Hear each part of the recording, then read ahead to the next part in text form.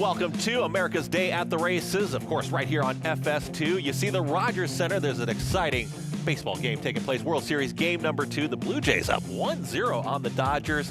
But what else is happening in Campbellville, Ontario? Of course, it's Woodbine Mohawk Park. And we've got some great standardbred action coming your way throughout the evening. And we've got 8.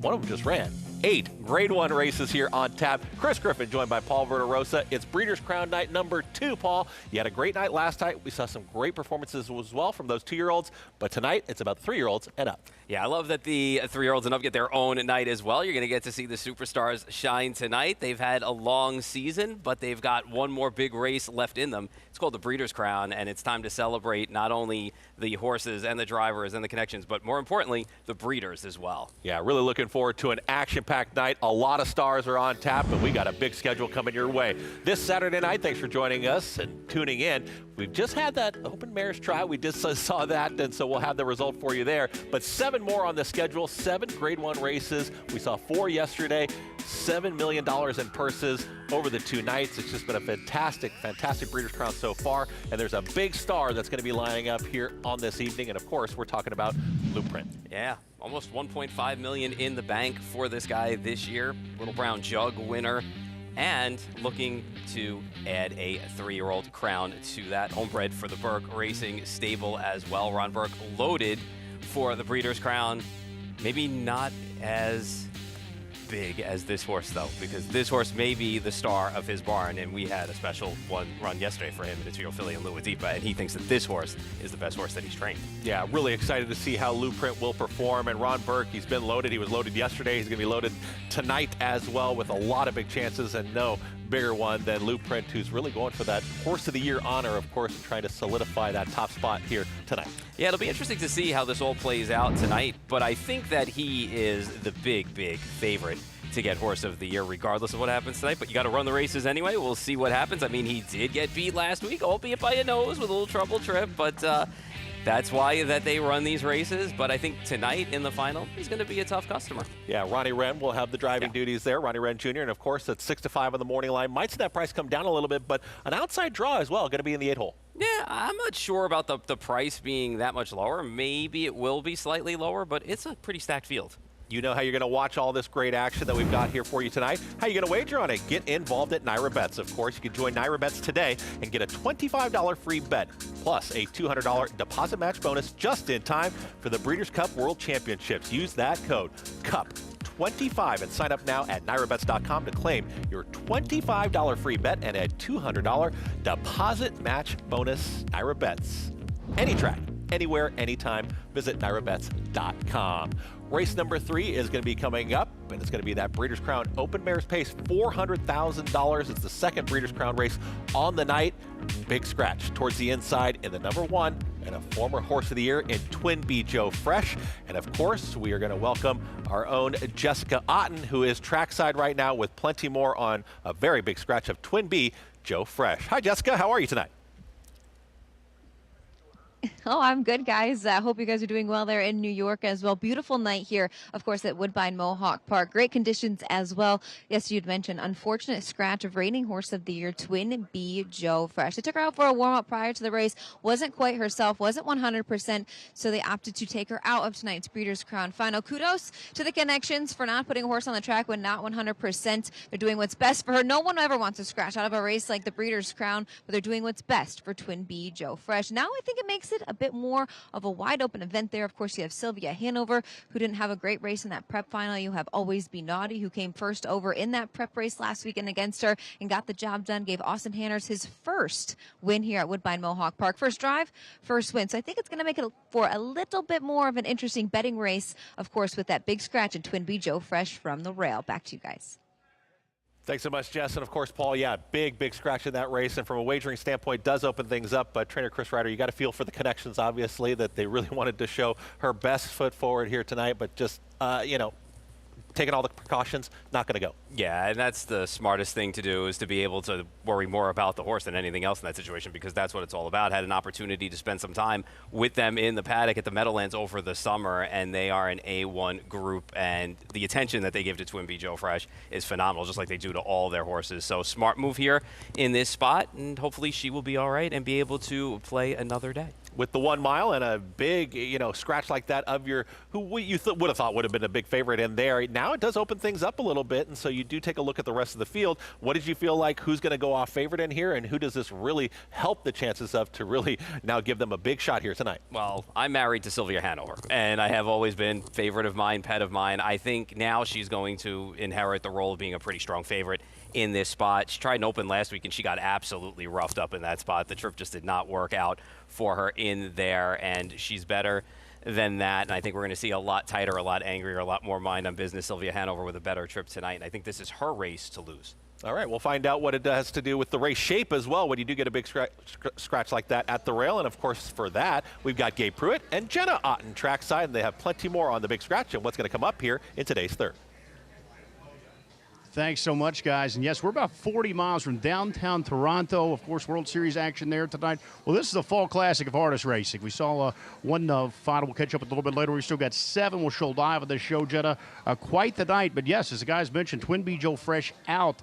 There was an audible gasp throughout the grandstand when this scratch was announced just a little over a half hour ago. Yeah, it was a little bit shocking to see. I did get a chance to see her warm up. She didn't look like herself, but they always maybe the older horses come out of it a little bit. But hats off to the Connections for doing what's right for the horse. Obviously, you never want to scratch, let alone out of the Breeders' Crown. So it's not the best to see. It does open this race up, I think, a little bit more. But again, hats off to the Connections, and exciting night ahead of this all night long. I think it's one of the best programs I've seen put together. Yeah, it really is. We're going to have all the stars of the sport. And, yeah, standardbreds, if you're not familiar with the sport, they warm up about an hour prior to post time. So they'll go, just a few warm-up laps and, sort of get, a little fitness in before they're going to start, an hour later. For whatever reason, Treader Chris Ryder thought Twin B Joe Fresh was just not on top of her game tonight. And, again, they did the, obvious thing there with the scratch, big scratch. But still a good field, guys. We're getting set. Post parade's going to come up here for this open Mare's Pace.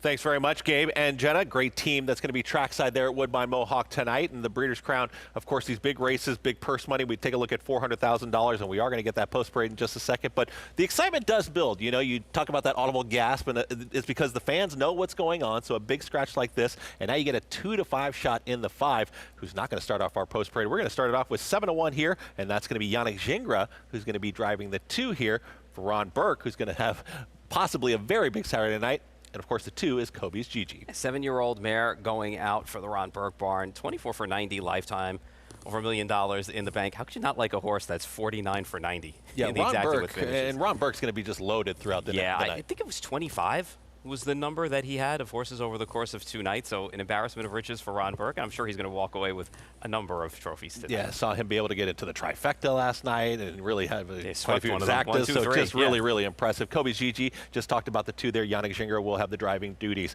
Next up is going to be Todd McCarthy. That's the 3, and My Girl EJ. My Girl EJ is not a bad horse. You look back at last year, made over $1 million, but this year just hasn't been the same. 0 for 11 so far. Still looking for that first win. Travis Cullen will be driving the 4, Tells on a Roll. Yeah, good local story there with Travis Cullen and Jody Cullen as well. 5th last time out, beaten 3.5 by Always Be Naughty in the Elim. So you already mentioned her, but Sylvia Hanover now. The Open, excuse me. Heavy favoritism here at 2 to 5.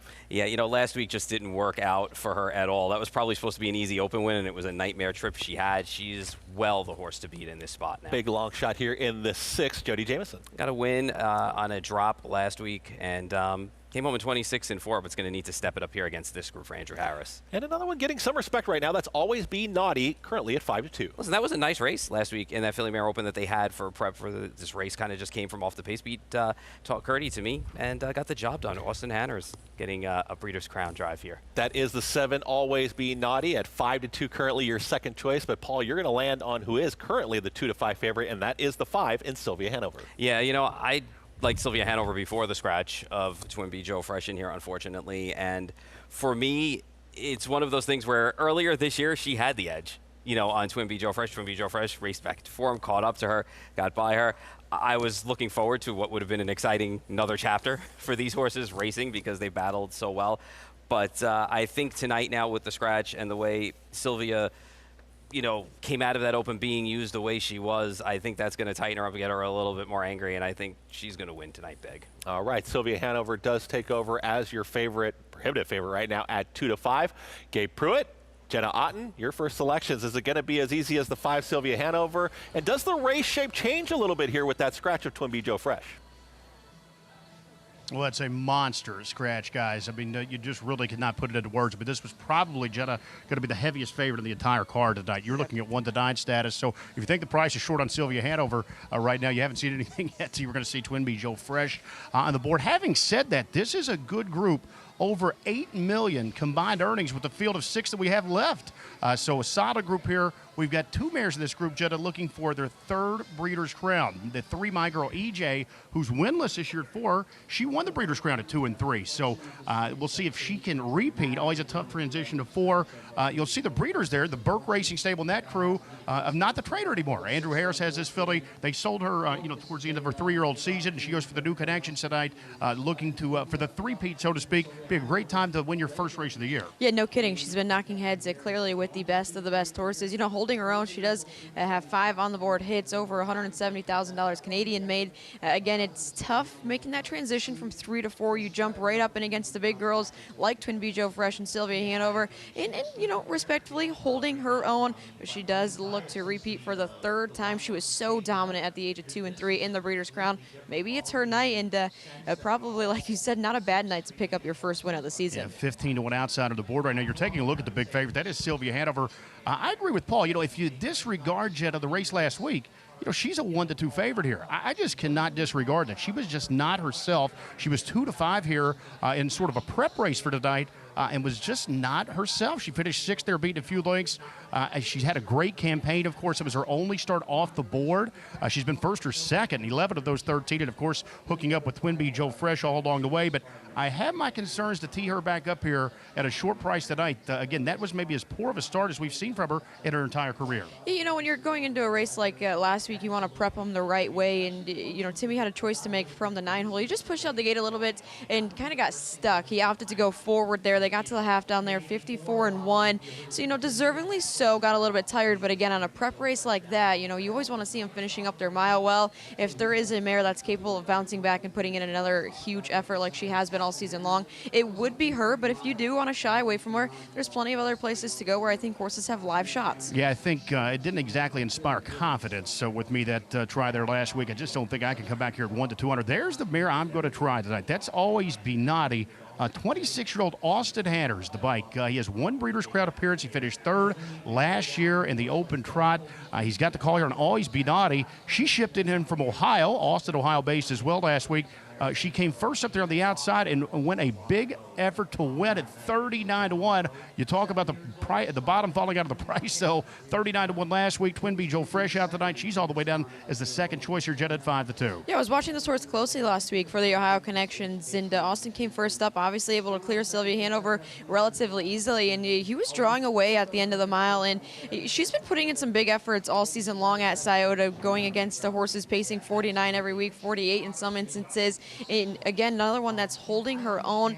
And one thing about Austin in the bike here, he's a confident driver. He doesn't necessarily look over at the tote board and think, yeah, I need to get away back or whatever that's way. He drives his horses with confidence, and I'm sure after that mile last week, he is ultra confident and Always Be Naughty. All right, Jessica, we're taking a little bit of a stand against the favorite Sylvia Hanover here on the set. 2-5 right now on the board. Are you on board here with Sylvia Hanover? We're going to take a swing against.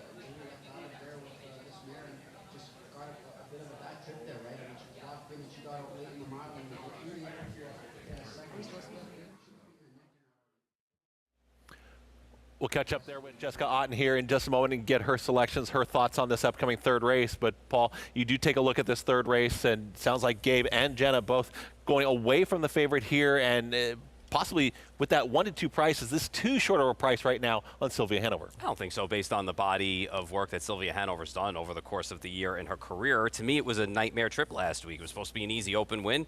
Didn't happen. She was 3 wide early, took her to the half to get finally cleared. She was used hard after that, and she got tired, in that spot. So was it the best prep? No. Did she fight to try and get position? Absolutely. So I'm just hoping she didn't lose too much steam from that. She's the classiest horse in this field, and she's got the best breeders behind her because Hanover Shoe Farms leads with 34 all time. So they're looking for 35 wins already in the Breeders' Crown. Outside of the 5 and 7, are we forgetting anybody? Is there anyone else that we can kind of see in the mix here or have some sort of say here in this Open Mare's Pace? I think if you want to give a little bit of look, like Gabe said, to my girl EJ, she's won 2 of these already, as 2- and 3-year-olds. Jess Otten, real quick here with your selection for tonight's third. Well, as I was saying, guys, it's hard to take a short favorite in this spot now with that scratch of Twin Bee Joe Fresh. I still use Sylvia Hanover on top. Don't love the way she prepped coming into this race last week. She was used pretty hard past the half from an outside post. She does have the class of the field, but the 3 horses to the outside, Sylvia Hanover, Sweet Beach here, and Always Be Naughty, I think are 3 horses that you have to use at the best price that you're getting here in the Open Mare Pace Breeders' Crown Final. We'll send it back to Chris and Paul. Start of 7 Breeders' Crown races here on the schedule. Looking forward to it. Let's see what happens here. Our first one of the night. This is number 2 on the evening there at Woodbine Mohawk. Chad Rosema with all the calls, and he's got the call here to kick things off in race 3. Though, the clear favorite at 3 to 5 on Always Be Naughty and Kobe's GG. Mare Pacers are at the top of the stretch, lined up. It's post time. Here they come.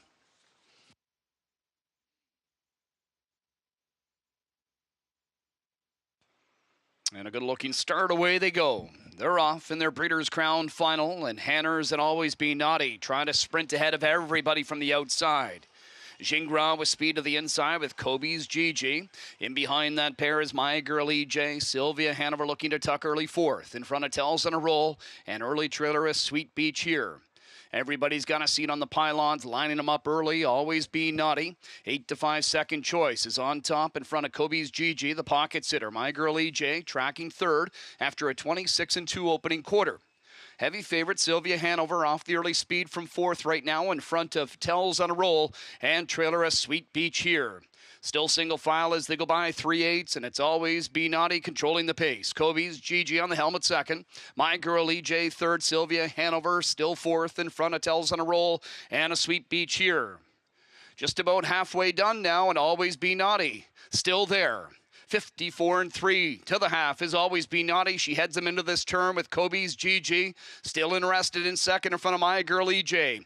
Sylvia Hanover taking a look to the outside, and that appears to be getting McCarthy on the move out of the 3-hole. Scooting up the inside is Tells on a Roll, and then a Sweet Beach here. Always Be Naughty, the leader. Heading to the final turn, Kobe's GG in 2nd. My Girl EJ stayed in. Sylvia Hanover first up out of 4th. 122 to 3/4. And it's Always Be Naughty, and Hanner starts to go to work. He's trying to get the jump, and he opens up 3 now on Kobe's GG. And My Girl EJ and Sylvia Hanover's in 4th and has to find more. Always Be Naughty on top 4 right now with a 1/16 of a mile to go. And it's Always Be Naughty. A great drive here by Hanners, and Always Be Naughty will score a Breeders' Crown victory over Kobe's GG and Tells it a roll in 1:48-1. That is a new stakes record.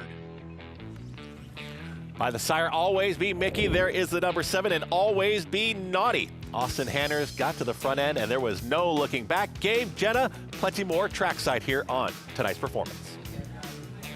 What a big effort, guys. As you said, a record performance here tonight from Always Be Naughty. And Jenna dialed up some crisp fractions here. And hats off to a young 26-year-old pilot, Austin Hanners here. Big scratch the favorite Twin Bee Joe Fresh. He said, you know what, I'm going to blast right on out of here. And he goes some big fractions on the front end.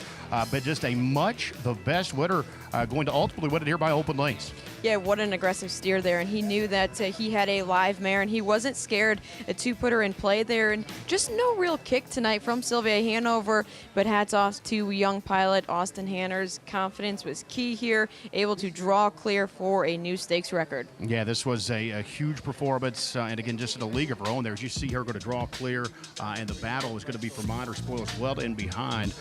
Always Be Naughty. Sylvia Hanover, again, just did not look like herself last week, guys, and 4 to 5 tonight. I think it was very telling here that driver Tim Tetrick did not leave the gate. I thought, particularly with a scratch at Twin Bee Joe Fresh, that he would want her out there to at least forwardly place somewhere if he thought she was back to herself. He ducked off the gate and really no menace here. You see Austin Hanners emotional here and showing some enthusiasm across the line. It's the first win for the Breeders' Crown for Austin Hanners, just his second drive. First win for trainer Todd Luther as well. This one owned by Greg Luther Racing. That's Todd's brother from Black Lick, Ohio. Really exciting to see there for the connections. Always great to see those first-time winners of those Breeders' Crown races. And you don't want to say this was an easy effort, a record-type performance, but Always Be Naughty, she really never looked like a loser, did she? No, she did not, and hats off to Todd Luther for the training job, and Austin Hanners, too, for just putting this horse in play early. Sylvia Hanover did not leave, and when he saw that Kobe's Gigi wasn't really in that much of a rush, he just took right over at the top and just never looked back. This was an easy score. Yeah, do you feel like Austin Hanners, when they did get the go, I mean, it just seemed like didn't see much going on to the front. He said, okay, let's just go ahead and push forward. Yeah, he knew what was underneath him tonight and how this horse ran last week and also, tonight too. So paced well. I mean, can't take that away from this horse. 18th win now. Goes over $1 million in earnings. 5-year-old mare by Always Be Mickey, and we've talked about the breeders and how big is it for the breeders on a night like this to see some of the progeny there that they bred get to the winner's circle. I am sure Steve Stewart and the whole group that helped breed this horse are very proud. Jessica Otten right there with the winning driver. All right, thanks, guys. Austin Hanners, of course, you showed up to Mohawk last week. You picked up your first drive, your first win with this mare. You've been a regular pilot throughout the season. She went in a little bit of a lull, but now to be heading to the Breeders' Crown Winner's Circle, just talk about her throughout this season. She's been awesome all year. Going into the night, we thought we were racing for second. The unfortunate scratch, the other one, I thought, man, she's coming into it as sharp as ever. So I thought she had a big shot. Obviously, with that big scratch to the inside with Twin Bee Joe Fresh, it changed the complexion of the race a bit. But you wanted to take things into your own hand from post 6 with that scratch to your inside. How did she feel going up a backside into that far turn? She was awesome. She was right up in the bit, right where I wanted her. And I know when she gets the lead, she's tough. And coming for home, obviously you knew Sylvia Hanover was somewhere behind you, as well as a handful of other nice mares. What were your thoughts nearing the wire? They weren't close to me when I kicked the plugs. I said, I got to get as far away as I can. You're a young Ohio boy. You're on the biggest stage there is. What does this win mean to you?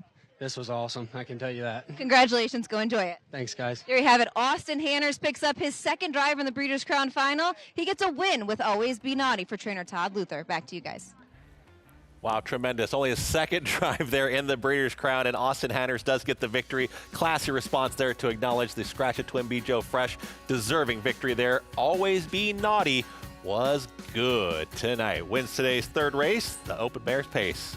Plenty more on the other side here on America's Day at the Races on Breeders' Crown Night. Come on back.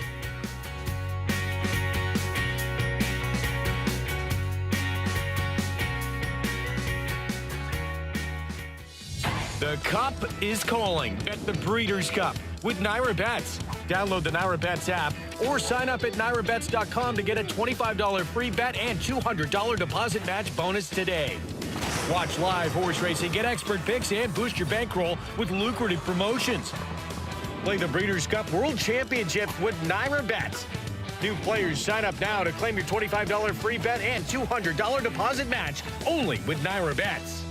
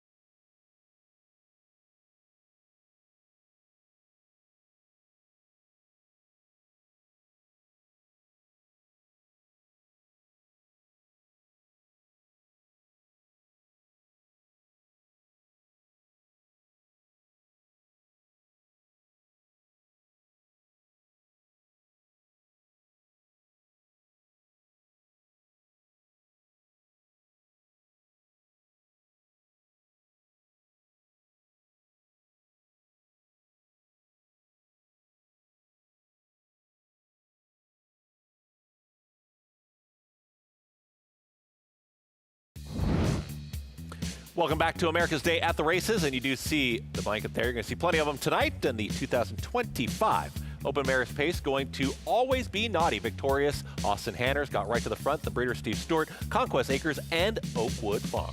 Yeah, I'm sure they are very proud of their horse tonight for sure, and a solid effort too. Happy for the connections here, getting the Breeders' Crown win, making it look easy too on the front end. Yeah, no place in show wagering was offered, but Always Be Naughty gets the victory.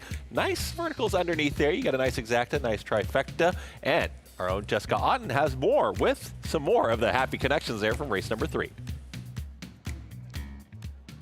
Thanks, Chris. I have winning trainer Todd Luther. He conditions Always Be Naughty first and foremost. You know, unfortunate scratch of Twin B Joe Fresh, but you had to feel a little bit better going into this race tonight. Oh, yeah, that's what me and Austin were talking about. You know, I said, man, we were racing for second or third, but then that completely changed the whole game plan of tonight. She raced really well last week in that prep race. She came first over. She got by Sylvia Hanover and a handful of other nice mares. I knew she drew outside this week, but even off of that effort, how did you feel coming into the race? And I guess how was her week leading up into it? Oh, she had a great week. She's been good all year, just kind of in bad spots. And I told Austin when we seen Twin B scratch, I said, we're definitely going forward. And I know when she gets to the front, she is crazy tough. She just swells up. And when we made it there and the top of the stretch, I said, oh, man, we got a shot. Let's talk about Austin Hanners, of course, a young guy from Ohio. You and your brother opted to stick with him and bring him up to the big stage here. You get to do it with your brother. What does this win mean to you? Oh, everything. It's something you work forward to all year and for a lifetime. You know, you dream to be on this spot, and now that we win one, you can't expect anything like this.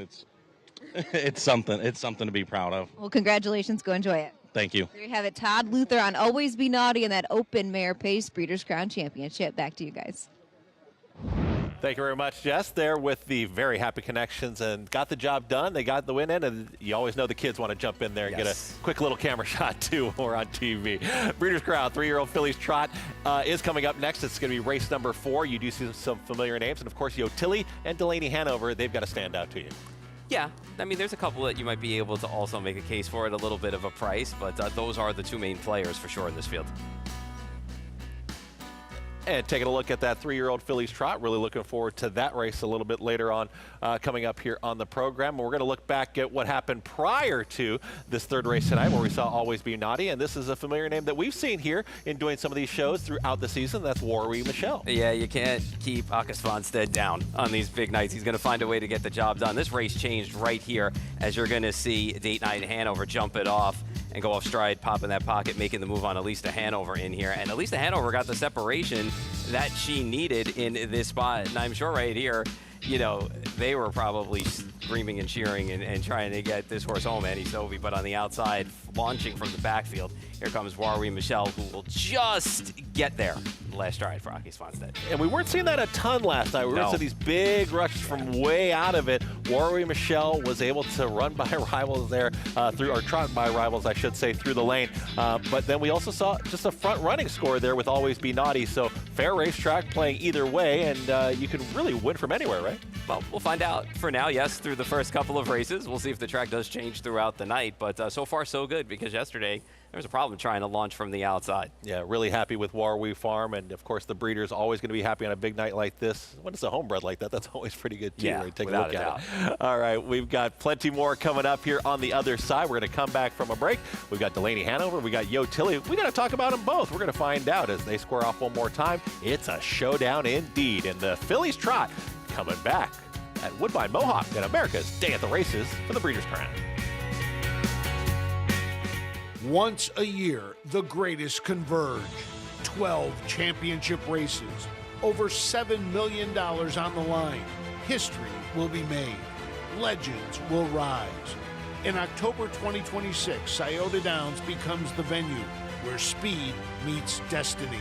The Breeders' Crown, harness racing's ultimate showdown. It all comes down to the Breeders' Crown.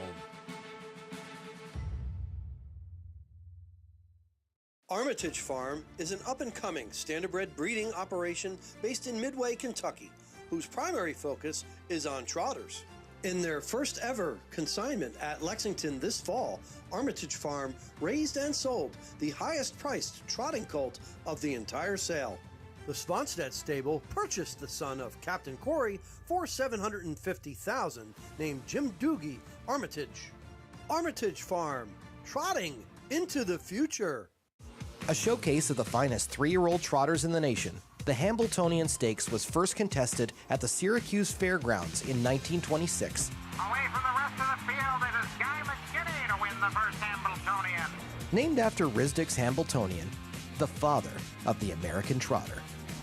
In 1981, set against the backdrop of New York City, the Meadowlands Racetrack in East Rutherford, New Jersey became the latest and longest-running host venue, the urban stage for the most memorable moments. And he's pouring it on! Mac Lovell has won! Here's the finish!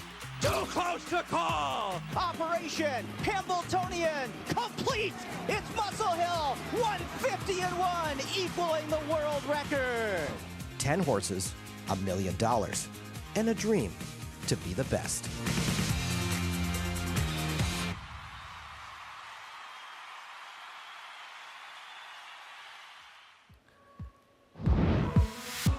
America's Day at the Races. Welcome back here and a beautiful night in Toronto. That's right, Toronto. We're going to be in Campbellville, Ontario with all of our coverage.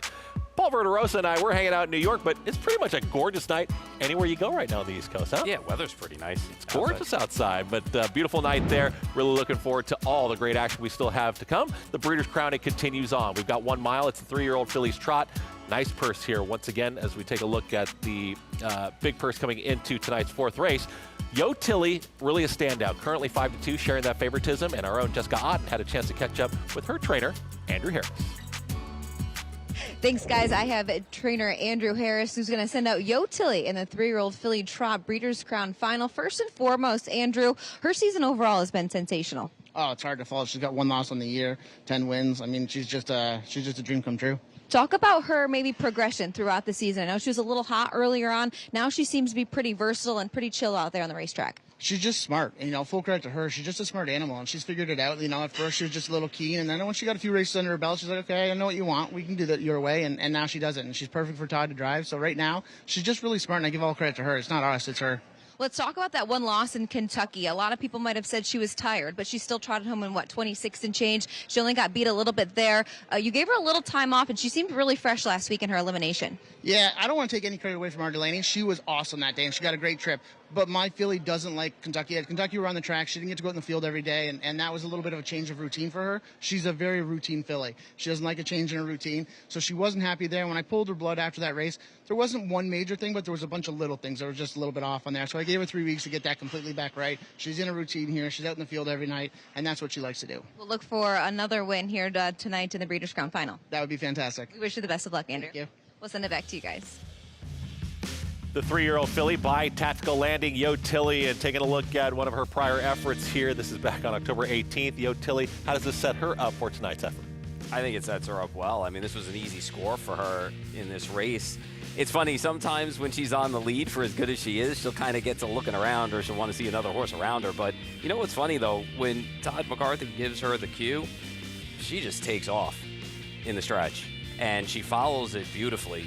So she's done it in every start this year, So for me, this race sets her up well. I think it's going to be a good matchup with her and Delaney Hanover, and maybe 1 or 2 others that may surprise and run a decent race in here. Yeah, 2 starts back, she did go down to Delaney Hanover, who she's going to see again here tonight. And favoritism role right now has kind of gone back and forth between these top 2, but Delaney Hanover, the 3-year-old filly by Muscle Hill. How does this race set up for tonight? So it's funny because at the beginning of this race, she didn't get off too well, and she was kind of a bit steppy behind the car, but she did get help with the fractions that were in there and that late burst of trot that she shows.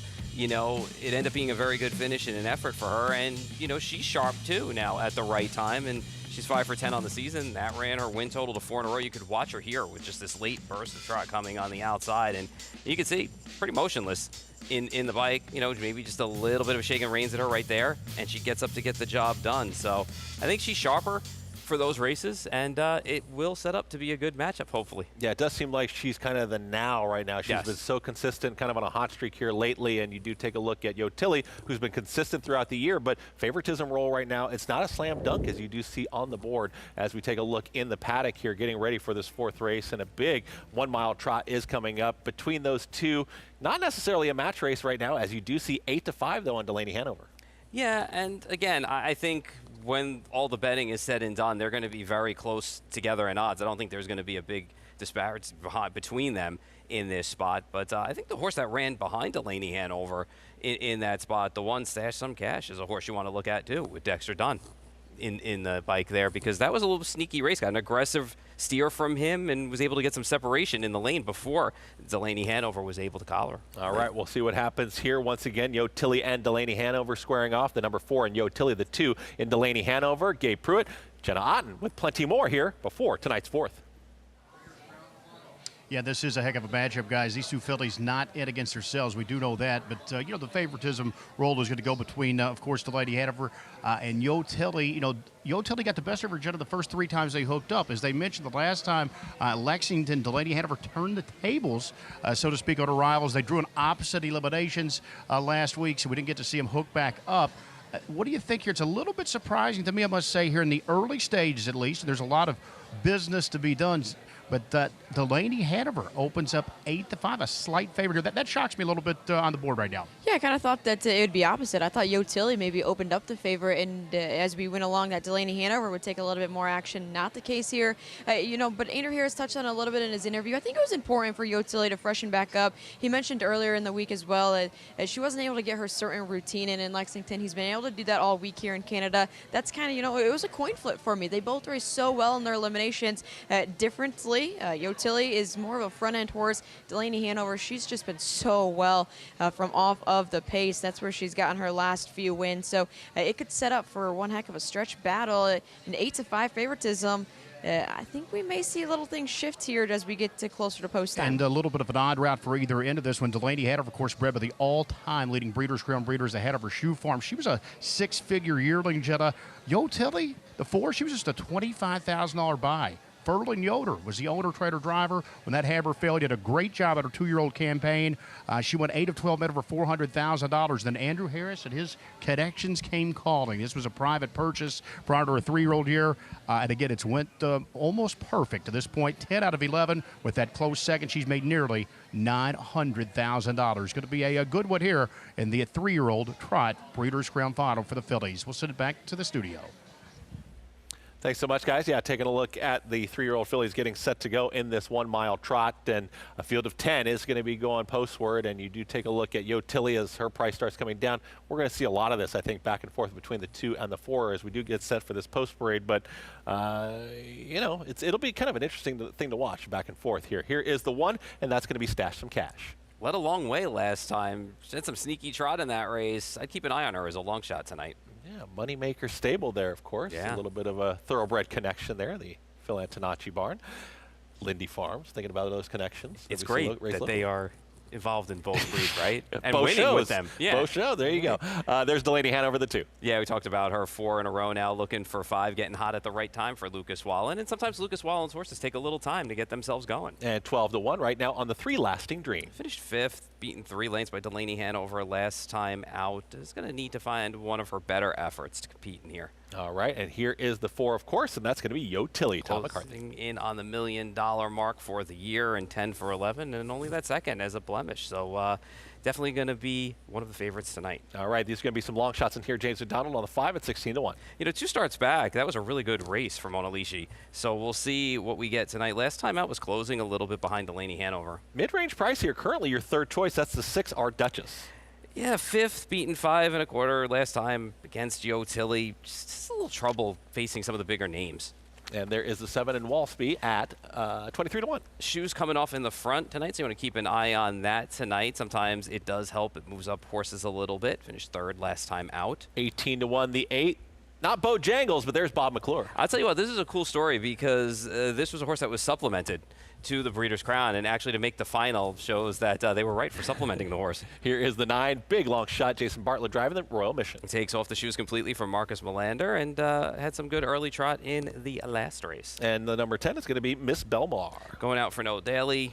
A well-beaten 4th last time out behind Yo Tilly, only 3 for 13 on the season. All right, we've heard plenty about Yo Tilly. We've heard plenty about Delaney Hanover. Gabe, Jenna, who else do we got here in this upcoming 4th race, and who can contend?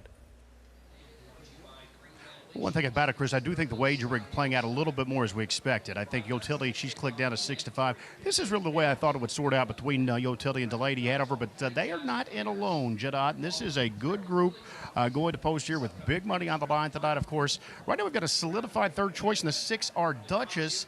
Finally gets a good post here. She's been so unlucky for trainer John Boutenshade here in the connection. She's had post 9 to contend with in each of her last 3 tries. She's on the gate here and taking some steady action. Yeah, actually, 3 starts go up in the Elegant Image here at Woodbine Mohawk Park. That was the post 9. She left aggressively from the wings there. She ended up winning the race. There was some confusion in the first turn, so she was a winner, placed last. Unfortunately, she was handily a winner there. Again, placed back, but she does get around this track well. Post 9 last time out as well in the elimination. The goal was to make it. She did that. She had plenty of trot left on the end of her mile as well.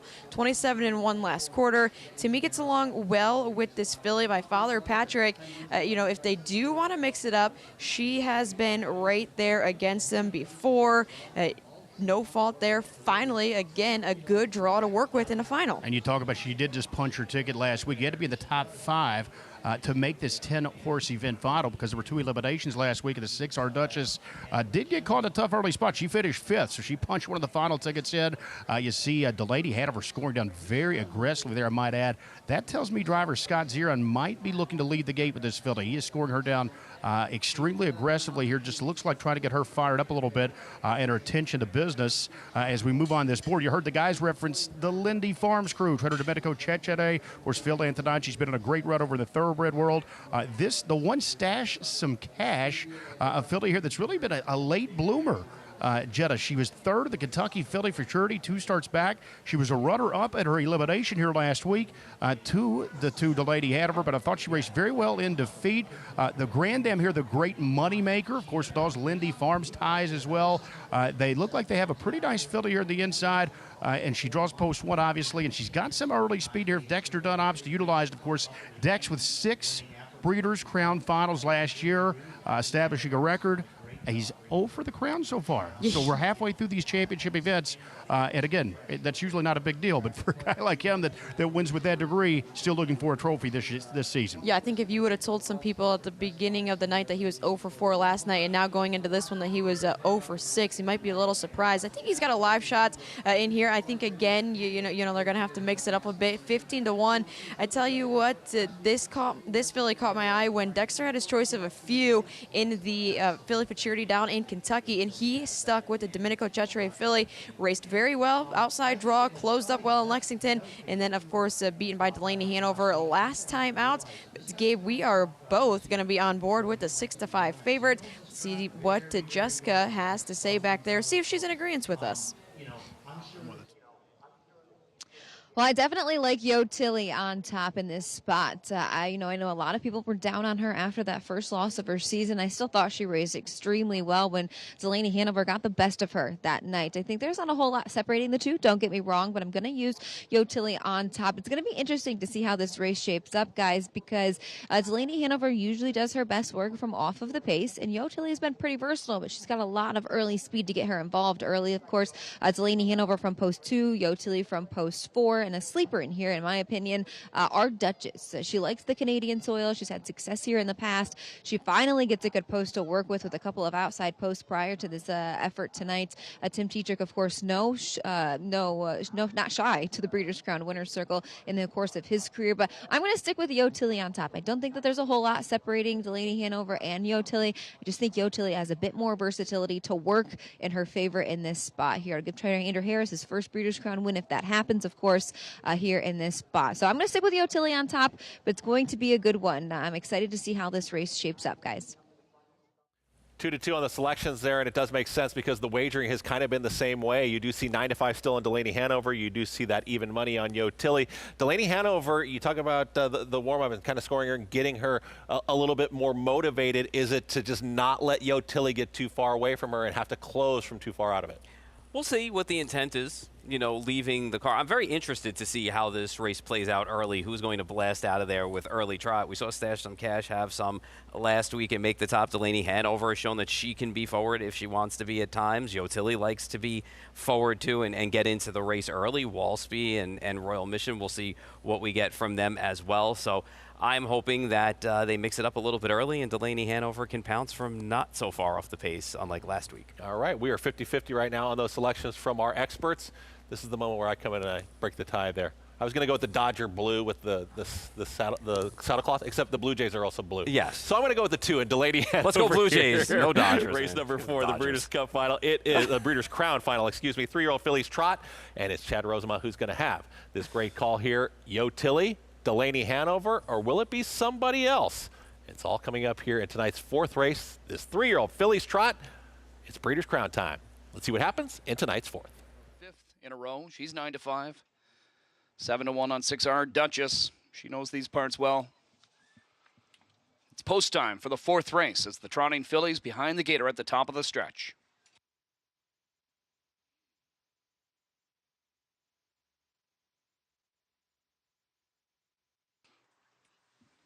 Sophomore trotting fillies for their Breeders' Crown Final are off. And away they go. They're off and trotting.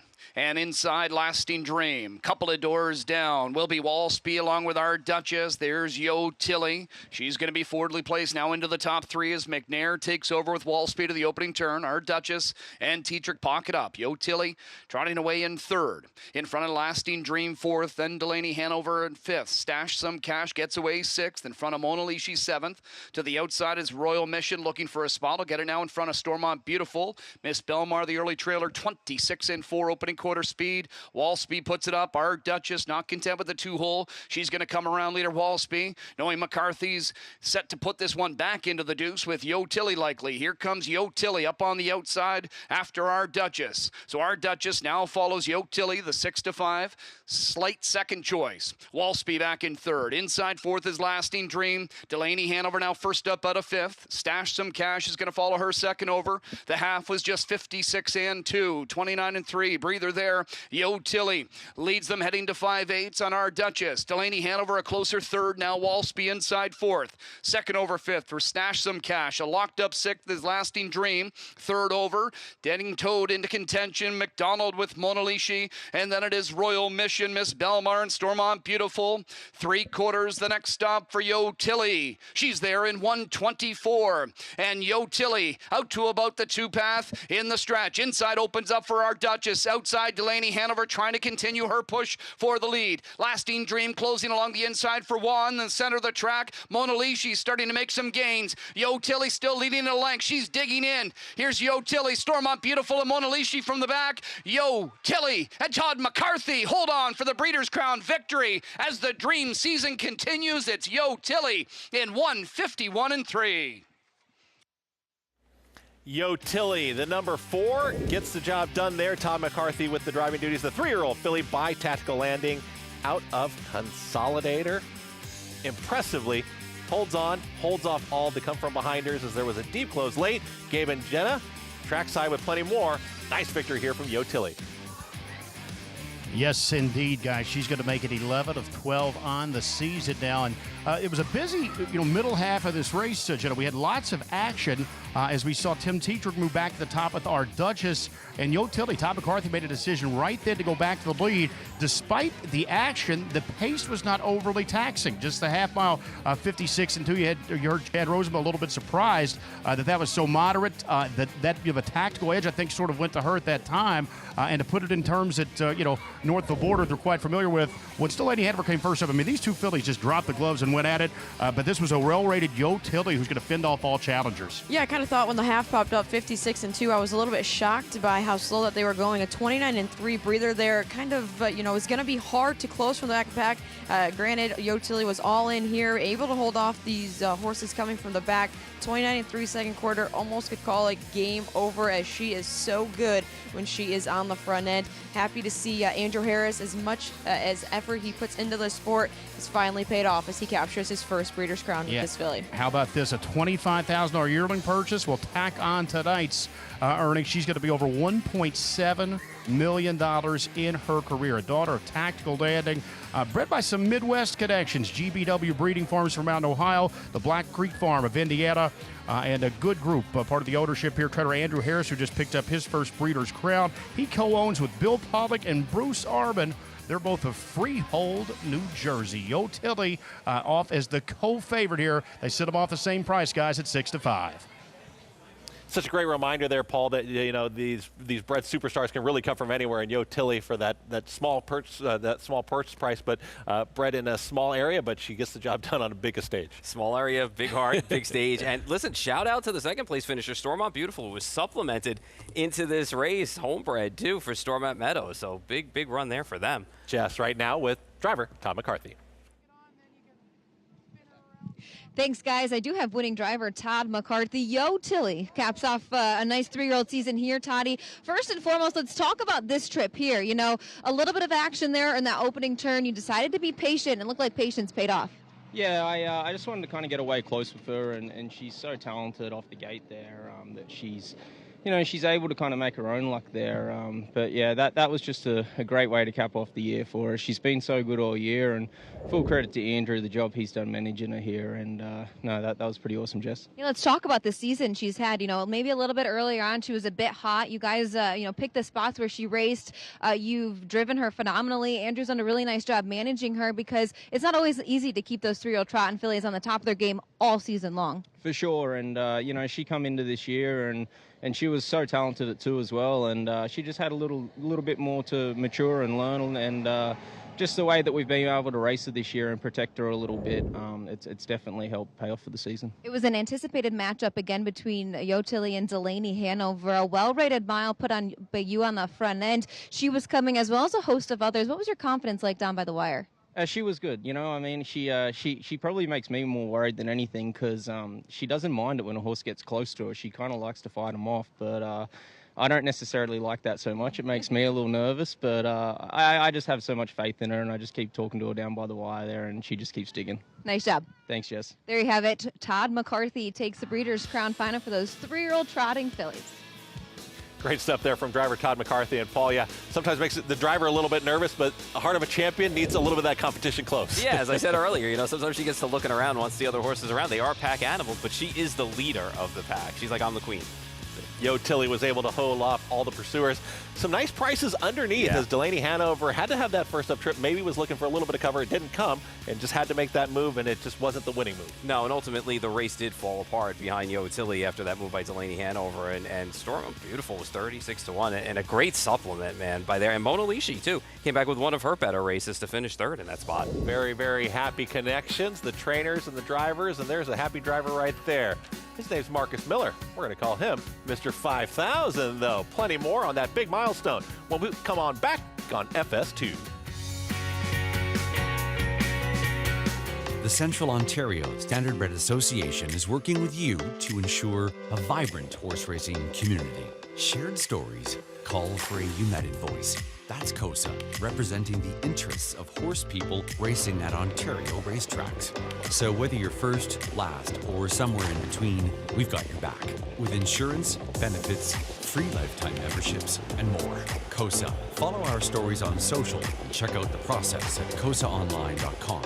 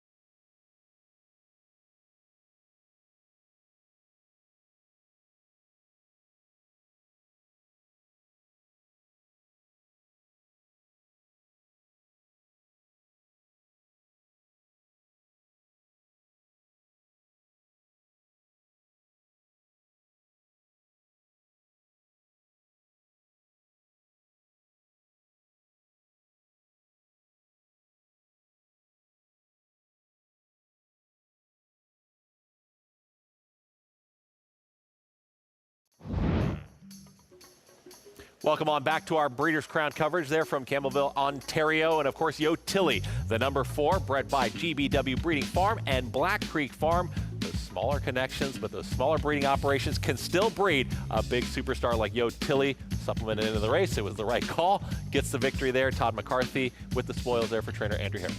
Yeah, big win for Yo Tilly. Keeps that year going, and 11 for 12 on the season, well over $1 million now. So backing up what she did last year with a solid effort here.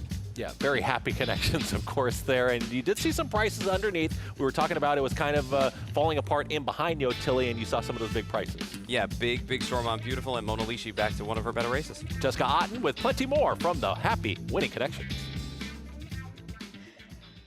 Yes, it is a very happy winner's circle here. I have winning trainer Andrew Harris, winning co-owner Bruce Ehrman. We'll start with you, Bruce. How excited are you to be in the Breeders' Crown winner's circle? Unbelievable. No words to describe it. It's just happy for Billy and Bill and Karen, and I want to say happy birthday to my twins, Sam and Paige. Well, there you have it. Big happy birthday to them. What were you feeling coming down the stretch? We know what this filly has been capable of doing all season long. She puts up good effort after good effort. What were you thinking coming to the wire? Heart palpitations. I mean, my heart was beating. She's just brave, you know, and she had a real good one coming at her. So congrats to Delaney and our Duchess and the rest of the group. They're real good. It's a tough group. It's a strong group. And I guess she's on top of it, so it feels good. Congratulations. Thank you. We'll bring in winning trainer Andrew Harris. How do you feel, Andrew? Oh, elated. You know, she's been great all season. She had one race where it wasn't to her best, but at the same time, the other filly raced great that day. So, you know, it's just great to cap off the season like that with her. I want to go through your standpoint of the race. Of course, there was a little bit of action up front through that first opening quarter. Todd let his patience settle there, and it paid off for him in the end. Yeah, I mean, this is a Breeders' Crown. Everyone's got to take a shot. You don't get to go for this kind of money every day. So I figured the horses would take a shot, but Todd's a professional. He knew just to kind of guide her out of there, remove to the front and let the dust settle and go from there. How do you feel getting your first Breeders' Crown trophy? Oh, this is amazing. This is what it's all about. I just want to say thanks to Bill and Billy and Karen, because this is a dream come true for me. Nice job. Go enjoy it. Thank you so much. There you have it. Yo Tilly takes the 3-year-old filly Trot Breeders' Crown final. Back to you guys.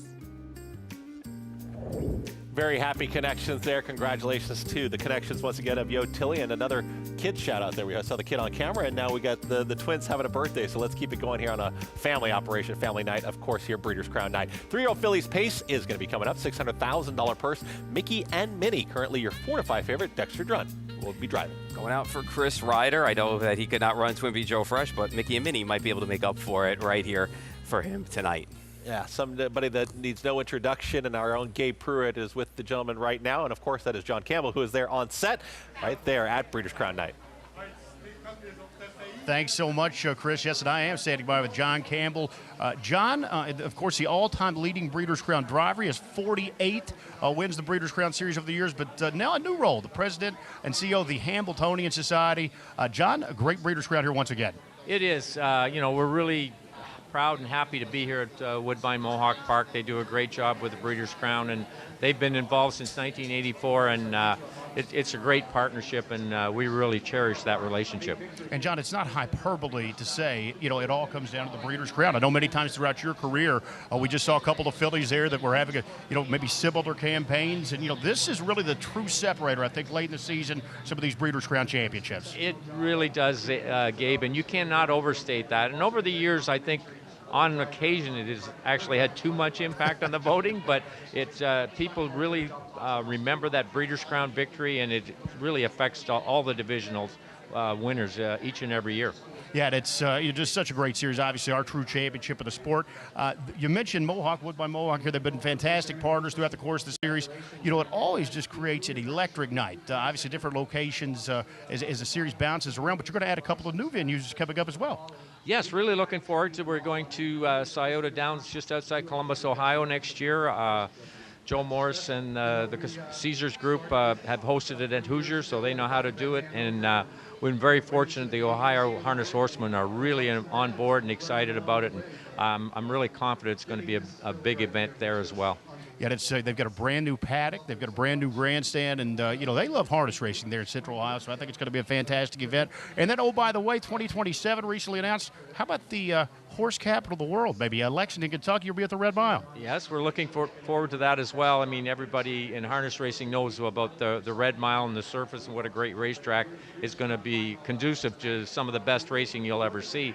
And so we're really excited to be back in Lexington. And as you said, horse capital of the world, horse country, and it'll be a special event, and I think we'll draw a very good crowd there as well. And John, how's the transition been from you? Obviously, the Breeders' Crown all-time leader in driving wins. To your new role, obviously a little bit different scenario. You're a lot more worried about what goes on maybe behind the scenes than what's on the racetrack. Well, yeah, you are to a certain extent. Once the races start, you're focused on what's going on the track. Before that, you just want everything, to go properly. And as a driver, there were so many things I never even thought of that people have to do to make these events come off the way they do. And so that's been a learning curve for me, but I've got a great staff at the Hamiltonian Society, and as I said, we're working with these host tracks like Woodbine Mohawk Park and Meadowlands Hoosier. They know how to do it, and there's a synergy between our office and their staff, and I think we do a really good job. Yeah, and a quick comment here before we go. Your Chief Operating Officer, Maura Fanning, she's been around for nearly 4 decades and just a great behind the scenes here for the Hamiltonian Society. It's her last run here at the Breeders' Crown. It is. Moira is retiring in January, and I talked about everything that goes on behind the scenes. Moira knows all of that stuff inside and out, and I said I've been there 8 years, and I still don't know all the things that she does, but she's been just a tremendous asset. She's been so much fun, and I've learned so much from her during my role. And but she's going to only be a phone call away, and I know we'll be relying on her counsel as we move forward. Yeah, she's had such a tremendous run, guys. John Campbell, again, the all-time leader, Breeders' Crown Championships. He captured 48 trophies throughout his illustrious driving career. Breeders' Crown, a great event each and every fall in the sport of harness racing. Just great stuff there from Gabe Pruitt and John Campbell as well. And you talk about team, family, community. Breeders' Crown Night really brings it out, and you see it across the board on the backside and also the front side there through all the connections. Yeah, John's a goat for me, and having the opportunity to meet him last year and hang with him a little bit and talk to him. Believe me, I asked him, you don't want to get behind one of these ones again? He told me his time has passed, but I think he could still get behind one and drive one. And Moira, too. Meeting her and everything she did and all, and they're just a blessing, really, to have for the game. Congratulations to Moira as well. And we've got plenty more coming back here on the other side as we've got plenty more Breeders' Crown action. 3-year-old filly Pace is on the way, and we're going to talk about some more great accomplishments too on America's Day at the Races. We are athletes. We are drivers. We are caretakers. We are owners. We are trainers. We are fans. We are harness racing. The Cup is calling at the Breeders' Cup with Naira Bets. Download the Naira Bets app or sign up at NairaBets.com to get a $25 free bet and $200 deposit match bonus today. Watch live horse racing, get expert picks, and boost your bankroll with lucrative promotions. Play the Breeders' Cup World Championships with Naira Bets. New players sign up now to claim your $25 free bet and $200 deposit match only with Naira Bets. All sports dynasties share one thing. Home run! Another world championship! They dominate. Bulldog Hanover, then Rocky Road Hanover, Line Drive Hanover, and a Buckabet Hanover. It's Bulldog Hanover, 1:45.4, the fastest mile in harness racing history. Purchase Hanover yearlings at Harrisburg. Hanover Shoe Farms, a standard bred dynasty. It doesn't get any better than that. Wow! Racetrack Television Network brings you every race from every track on every screen every day. Monthly packages starting as low as $5 per month. RTN gives you great value and access to more HD streaming and race replays than anyone. Visit RTN.tv today to sign up and watch on almost any device, including Roku and Amazon Fire.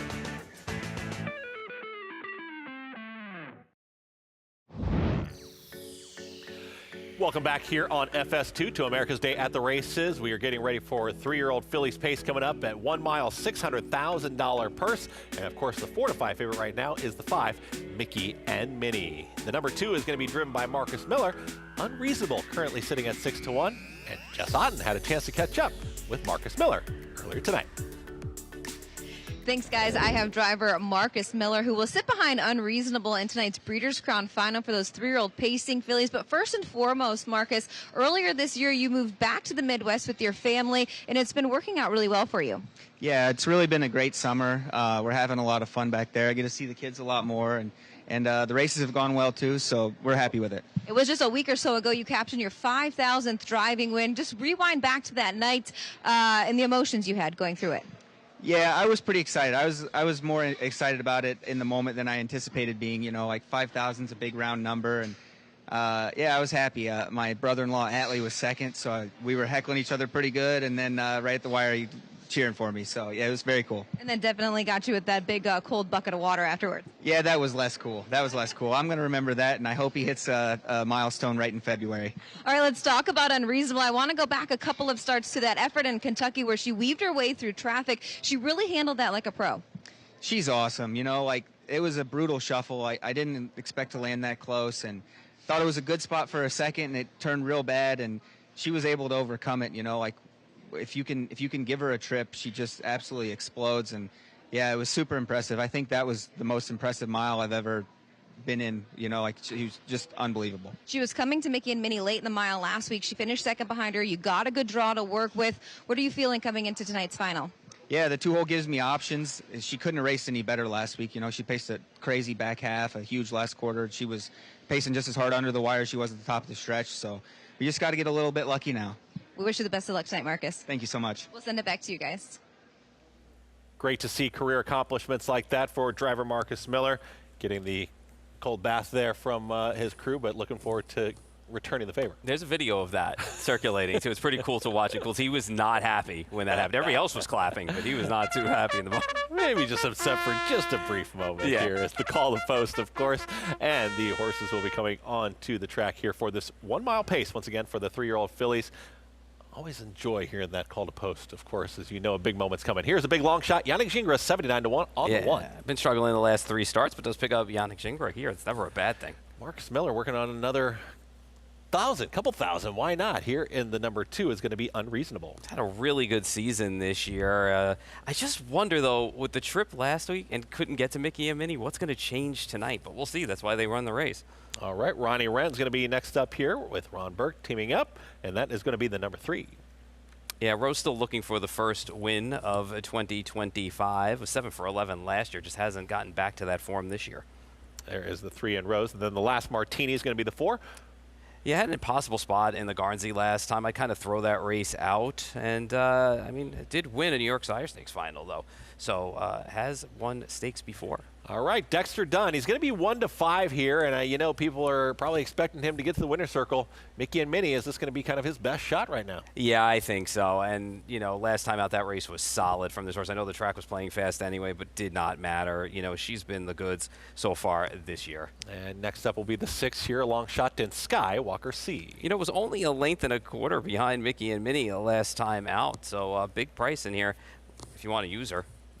Number 7 is going to be next here. That's going to be the 3-year-old filly by Sweet Lou, and that's Phase. Yeah, Brett Pelling sends this horse out. Showed good early pace last time out before kind of giving way late in the Mickey and Minnie race. Some long shots here towards the outside. Todd McCarthy, Andrew Harris, they're teaming up again.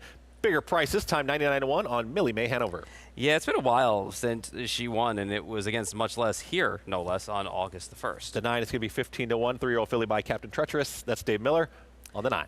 Yeah, it was beaten 2.5 last time out as the big favorite in that spot. The draw kind of stinks for her tonight, though. The 10 is going to be Chantilly, 12-1, 3-year-old filly by Big Jim, James McDonald. Yeah, they're going to try and lighten her up with the aluminum shoes on today. She's 6 for 10. You know, she's done well against the Ontario Sire Stakes horses. Against this group, though, she's kind of found a little bit of the water kind of deep. All right, Mickey and Minnie, is it that simple here at 1 to 4? Paul, who's your top pick here going into tonight's 5th? Mickey and Minnie. Sorry, no big build-up on this one. I'm just going to go with Mickey and Minnie in here. I do think Unreasonable, if you're looking to search around to beat her, is the horse you're going to gravitate to, but I just can't. I don't know. She had such a good trip, and she couldn't take down Mickey last week following cover. How's she going to do it tonight?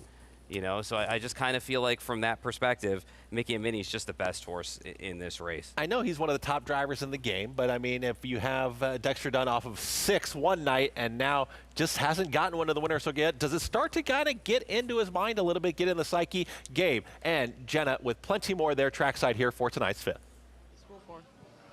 Yeah, if we keep mentioning it, Chris, it probably does get into his psyche, but hopefully he's not tuned into the broadcast here. So, you know, I'm sure Dex is going to get off the schneid, so to speak, very soon, Jen, and I think it will be this race. Mickey and Minnie, she was last year's Breeders' Crown champion. It really stamped her divisional honors last year. She was the 2-year-old Pacing Filly of the Year. She made over $1.1 million. And by the way, what a campaign she's put together this year, 11 of 13 for Mickey and Minnie. And really maybe just not at her best down in Kentucky. She races with Lasix, therapeutic medication, and couldn't use that in Kentucky. She's back on Lasix here in the Breeders' Crown final, also her elimination last week. And, you know, she couldn't have been any better, Jenna, last week at a 148-2 victory in the elimination. She looked awesome as well. She looked strong down the stretch, something you like to see with the prep mile, able to rate things his own way. When he was able to get to the front end there, looked excellent in that elimination, and I think it's important to note he opted to race. He was the first one that got the choice of a bye. He opted to race, and that's important because you have to win to draw post 1 through 6.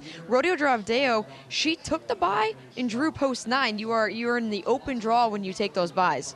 Yeah, that is a good note. The other thing, she missed 5 weeks, you know, prior to Breeders' Crown elimination. So I think the connections, you know, wanted to take a swing with her. They wanted to get sort of a little bit of a foundation underneath her to, you know, race into tonight. So 1-4, I don't think any surprises there. Clearly the one to beat. I do think an interesting filly. There's one on the board we'll talk about shortly here. That's Unreasonable. As Paul said, though, you know, she had the perfect trip last week. She couldn't get by her. Marcus Miller, they talk about that major milestone. She's had a great season. She's been on the board all 13. She's earned north of $600,000, but she's yet to prove that she can solve the likes of Mickey and Minnie. She was the fastest last quarter of the race last week as well. 25-1. She was shot out of a cannon turning for home. She was still digging at the wire. It was a close photo there. There was a lot of almost gas down by the wire. They thought Marcus was able to snap her. Clearly Mickey Minnie holding on. She's another one. She is just coming into tonight. Excellent form. She has not missed the board yet through the 13 tries this season. And you know, it's always special when you team up in the Breeders' Crown, always with the father, Irv Miller. And they've captured a Breeders' Crown together as well. Yeah, they have. And really one of the wild cards here, I think, call it home court advantage, is going to be the 10 Chantilly. This a homebred for the Miller Farms of Ontario. She's only made one start outside of Canada in her career. By the way, she was the 2024 Horse of the Year in Canada. That's almost impossible for a 2-year-old filly. She had an undefeated season at 2, 9 for 9. 6 of 10 this year. She maybe has not been quite as sharp. As Paul mentioned, they are changing shoes tonight. Tricky post number 10. They'll go from the steel shoes to aluminum. That will lighten her up a little bit. They're hoping it aids her. What are we expecting from her here? Tough post. I thought her hand may be forced here. She'll maybe have to leave the gate early. You know, maybe a little bit of a disappointment in her elimination race, although she did kick home in 26-1 off of a post 9. Again, no favors here tonight. Post 10, 12-1. Definitely worth a look underneath, as she has been excellent in the Ontario Sire Stakes, Ontario Sire Stakes, and you know, she's just been dominant here in Canada for her division. But 2-5 on Mickey and Minnie. Gabe, that's who we're both going to go with. See if Jess agrees with us this time. I'm definitely going to agree with you guys on Mickey and Minnie. It's such a strong 3-year-old campaign she's had so far in the Chris Ryder barn, of course. Her regular pilot, Dexter Dunn, no stranger to that Breeders' Crown Winner's Circle either. He's still looking for his first on the weekend here at Mohawk. But she's been sensational. You know, that loss recently at the Red Mile down in Lexington, Kentucky. I'm going to go with that just due to the no Lasix program there. They opted to take her back home to the Meadowlands and qualify her. A very good 53 qualifier there. And then, of course, last week in that elimination, 25-3, 48-2 mile. It was a nice evening that night, don't get me wrong, but she put up a very nice effort after sitting the pocket early on. Good post to work with, obviously, with winning that elimination race. I think she's going to be the one to beat as she's looking to repeat and go back-to-back years. I talked to Marcus Miller earlier on in the night, of course, with Unreasonable. She's my sleeper in here. I'm not quite sure what her odds are. It looks like 7-2 on the board, but she was really charging home late behind Mickey and Minnie, and Marcus is pretty confident in her. Would be cool to see him team up once again with his father, Irv. They're going to get post 2 to work with, which gives Marcus plenty of options in the bike. But for me, it's Mickey and Minnie. Back to you guys. The sire Always Be Mickey looking to pick up another victory here on this Breeders' Crown night. It's race number 5. It's the 3-year-old fillies. It's a pace, big purse on hand. Chad Rosema with the call. We'll see if it's as simple as Mickey and Minnie. Favorite has put together another fantastic season, suffering defeat only twice. And in those 2 defeats, she was runner-up. 2-5 on the board, 3-1 and 2 Unreasonable. Big effort from this Irv Miller trainee last week. Rodeo Drive Dale at 11-1 on the outside. It's post time for the 5th race. Here come the 3-year-old Pacing Fillies for their Breeders' Crown final.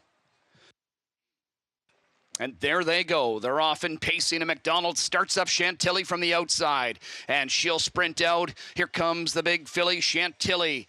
And within a few strides, she'll cross over to grab the lead. In front of the last Martini, who's second. To the inside of that one, Unreasonable. Mickey and Minnie on the outside, 4th right now for Dunn.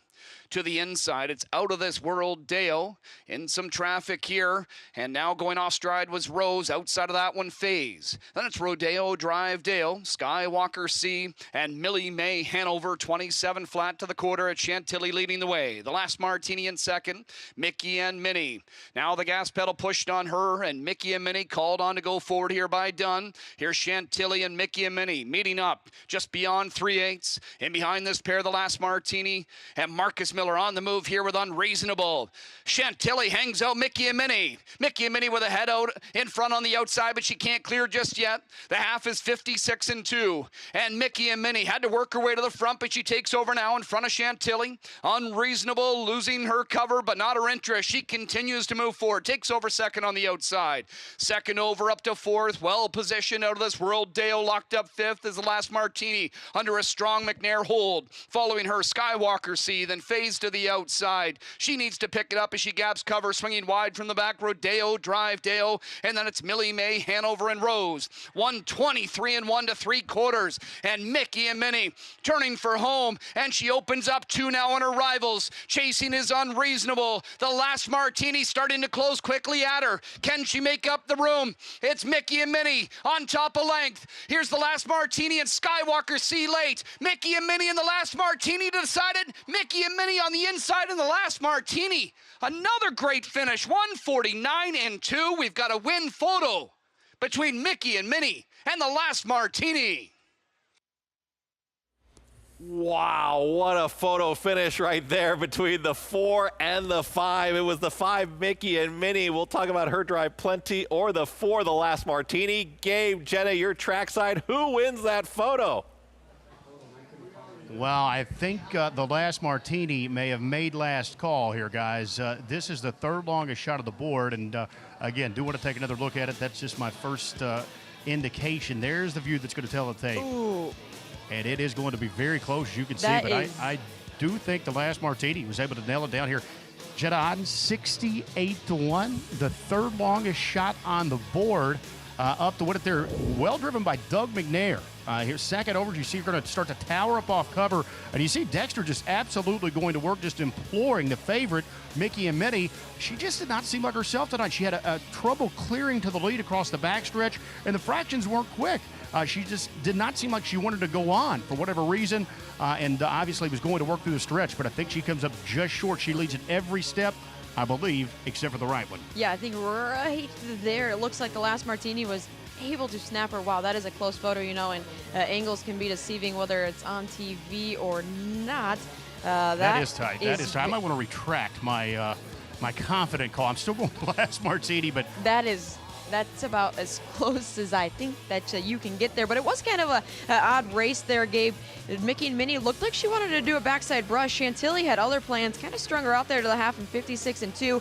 Normally when you see a fraction like that pop up with a filly of this caliber, she would really be able to cross over to lead relatively easily. The last Martini, she was one of those horses that opted for the bye, got a good draw, decided to go barefoot, and it may have pulled off for the connections. That is really close. Yeah, we are still waiting the results of the photo, guys. Everyone, they're taking a good long look at this. But again, Mickey and Minnie, that was so odd across the backstretch. As you said, the fractions not tremendously taxing there. I mean, that's typically when she's on top of her game move that, you know, she clears very easy the lead. Dexter's already imploring her around the half-mile mark. So Still race dead game here, whether it was a narrow win or a narrow defeat. Very close photo here. And then we had another big long shot, 6 Skywalker C. We saw young Austin Headers team up with Todd Luther and pull off a win a little earlier on the card in the open mares. Now Skywalker C, a bomber here, going to finish third. She was 39-1. That one we can for sure call. She was third. Yeah. That was a good effort there by Skywalker C as well. Good prep race last week, paid off for her. She was third again here in the final. That one is for sure, and they just keep showing this replay, and everybody is just hanging out, waiting. I don't think anybody knows, Gabe. I don't think anyone knows who got the job done. No, it's a tough photo. It's just a matter of, did she tag her right before the light or right after the light? That's going to be the key question here. She did ultimately go by, but we rolled it back, a half a dozen times now at least, and I still give a slight edge here to the last Martini, but again, it's very, very close. With this one, you don't see many pacers race barefoot, and this was sort of an odd equipment change when we got a little bit earlier. Jared Bako, the trader here, the last Martini, Ontario ownership connections. Of course, Mickey and Minnie, a homebred for the likes of Craig Henderson, Robert Bendillo, Larry Medowitz, to Chris Ryder, the trader there. But this is ultra close, guys. When they look at one this long, a lot of times, it could turn into a dead heat even. So it's, going to make all the difference in the world, not only for the purse money has distributed. We have a lot out there wagering, Jenna, in action here. And I mean, it couldn't be the tale of two different worlds much else. So you've got a 1-5 favorite and 68-1. Their noses are on the line together. Yeah, they are. And, something that I've done in the past is the photo finish camera. I would not want to be the guy up there putting the line on the noses for this one because that is ultra close. And it looks like, I believe we do have word that this is a heater. I think this is a dead heat finish. So a little bit of excitement and intrigue. So no matter who you thought got there, well, turns out you were right, guys. Potentially a dead heat, I'm being told, in the 5th race. And again, boxcar payouts. You see the odds now reflect that. Is the win payout now on Skywalker C, or the last Martini, going to be 39-1. Jessica Otten, close one here in the 3-year-old filly pace. Well, after a long-awaited photo, it is a dead heat between the last Martini and Mickey and Minnie. We'll start with you, Dougie. What were your thoughts nearing the wire? Yeah, we were guaranteed second there late, and she kind of just lunged right at the wire. I wasn't sure. Dex thought I got her, but it's a little anxious moments there. So I said there earlier I'd take a dead heat if we get one, so we got one. Let's talk about the trip. It looked like you had a handful up the backside. They weren't really going much, but you sat there patiently until that far turn. Yeah, I really had no choice. We weren't. Dex's filly, she didn't want to clear it at all tonight. Once she did, way she went, she kind of does that once in a while, but we were in a good spot. The second over horse gapped, and we were able to slide out, and it was a great race. The Connections opted for the bye last week, which means you didn't have a chance to draw good after winning an elimination race. You got lucky with post 4. She might not just been herself down in Kentucky. Well, she had the 11 hole. I've never seen the light of day, so at the half I was in trouble. Just wanted to pretty much train her up. After that, I was sitting 12th. I was in a terrible spot, and it worked out for tonight. Always nice to get a Breeders' Crown win, but definitely at home. That's for sure. It's a greatest track, I think, in the world, and it's fun to be a part of it. Nice job. Thanks, Jess. That was winning driver Doug Monero. Winning trainer Jared Bako. Real quick, what were your thoughts coming to the wire? Honestly, she's just so incredible. She thrills you every time she races. She tries so hard. And how are you feeling getting a Breeders' Crown win? Best day of my life. Congratulations. Thanks, Jess. That was the last Martini in a dead heat with Mickey and Minnie. You hear the connections there, Paul. Last Martini, they were saying, we thought we got second. We were happy enough with that. They end up with a dead heat win.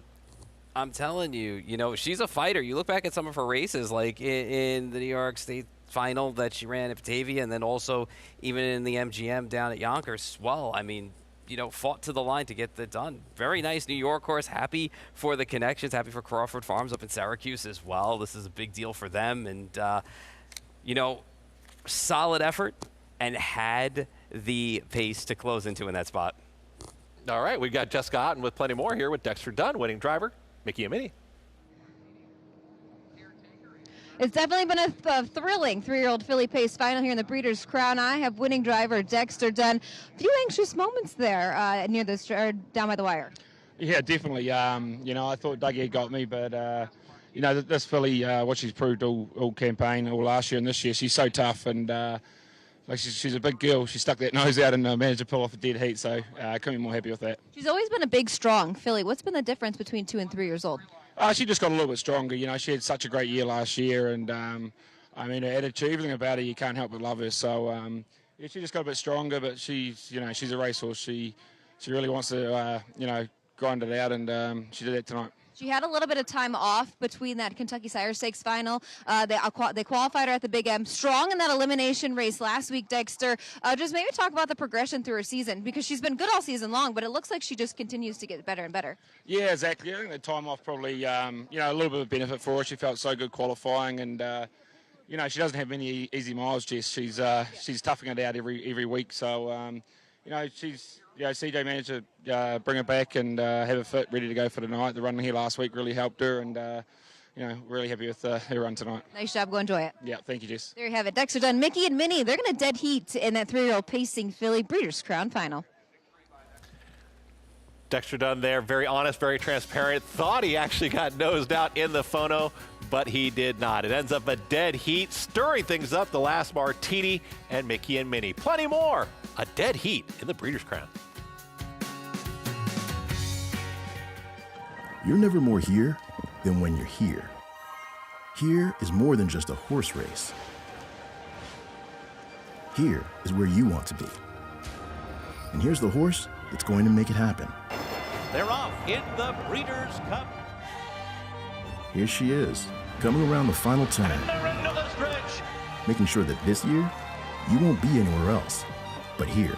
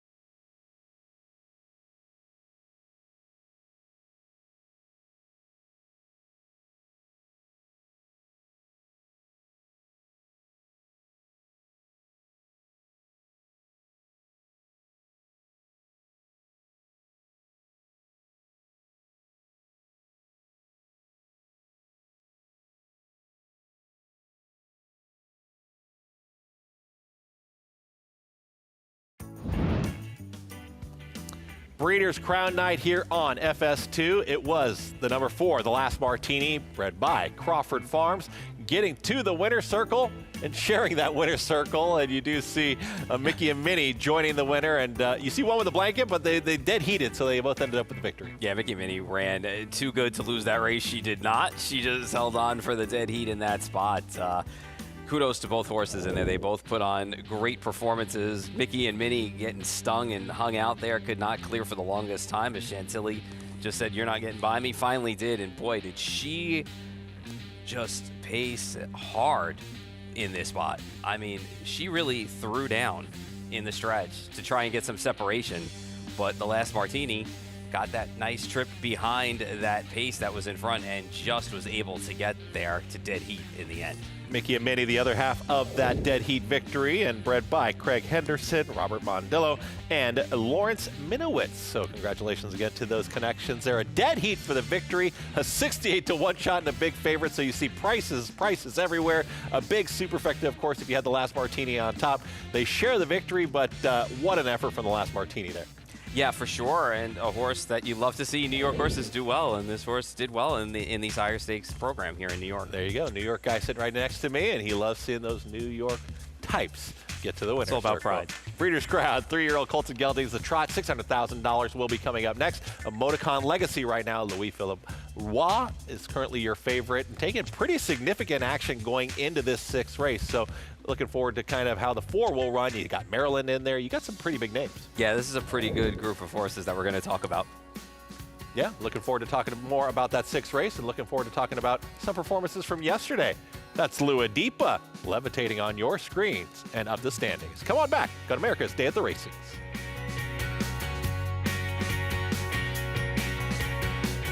The Central Ontario Standardbred Association is working with you to ensure a vibrant horse racing community. Shared stories call for a united voice. That's COSA, representing the interests of horse people racing at Ontario racetracks. So whether you're first, last, or somewhere in between, we've got your back. With insurance, benefits, free lifetime memberships, and more. COSA. Follow our stories on social and check out the process at cosaonline.com. A showcase of the finest 3-year-old trotters in the nation, the Hamiltonian Stakes was first contested at the Syracuse Fairgrounds in 1926. Away from the rest of the field, it is Guy McKinney to win the first Hamiltonian. Named after Risdick's Hamiltonian, the father of the American trotter. In 1981, set against the backdrop of New York City, the Meadowlands Racetrack in East Rutherford, New Jersey became the latest and longest running host venue. The urban stage for the most memorable moments. And he's pouring it on! McLovell has won! Here's the finish! Too close to call! Operation Hamiltonian complete! It's Muscle Hill, 150-1, equaling the world record! 10 horses, $1 million, and a dream to be the best.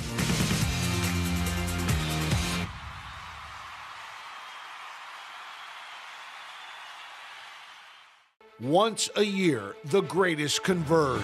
12 championship races, over $7 million on the line. History will be made. Legends will rise. In October 2026, Scioto Downs becomes the venue where speed meets destiny. The Breeders' Crown, harness racing's ultimate showdown. It all comes down to the Breeders' Crown.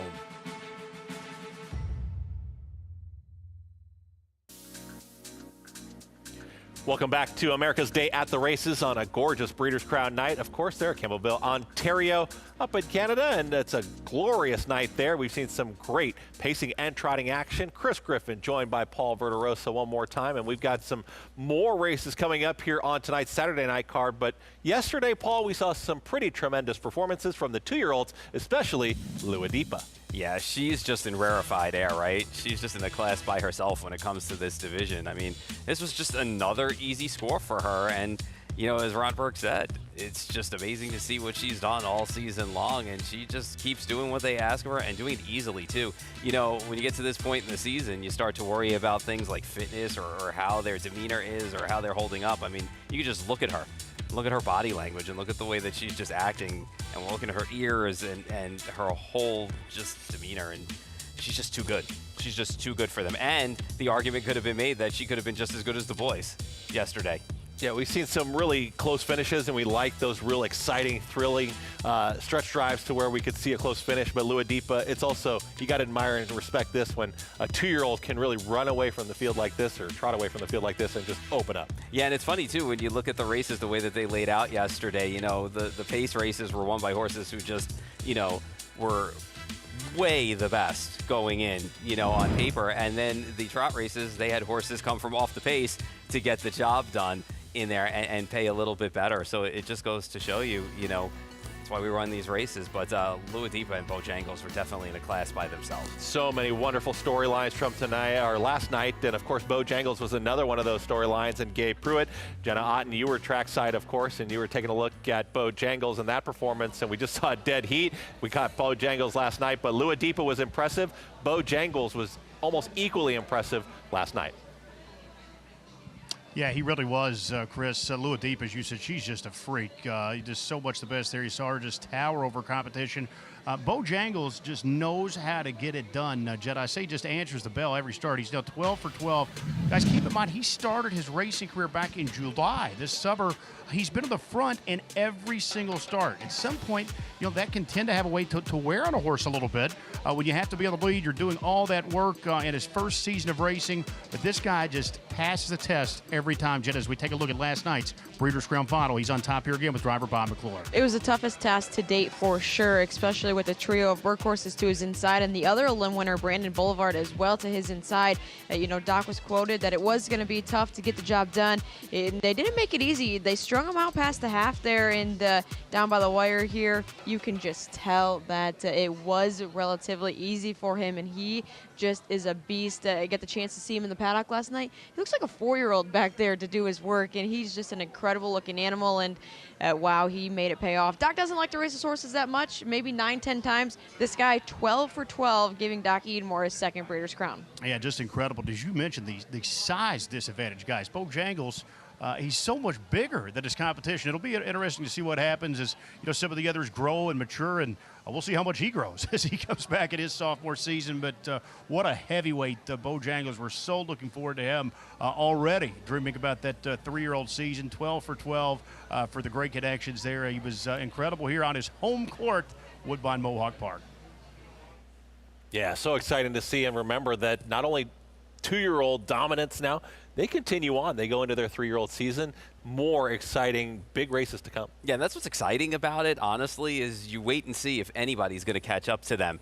And that's the key. When you come back, when stake season starts next year, you get to see if anybody else has caught up to you or if you've just gotten even more better. And if he's gotten more better than the rest of the group, they better look out because he's been pretty dangerous at 2. Yeah, Luadipa, Bojangles, and of course Storybook Love was a storybook ending too. Yeah. And Gabe Pruitt had pointed out a nice fact about the driver as well, being a former hockey player, ends up as a driver back in the family business and getting the victory. So just so many storylines from last night, and we just continue them on into this night on this Saturday, and a dead heat.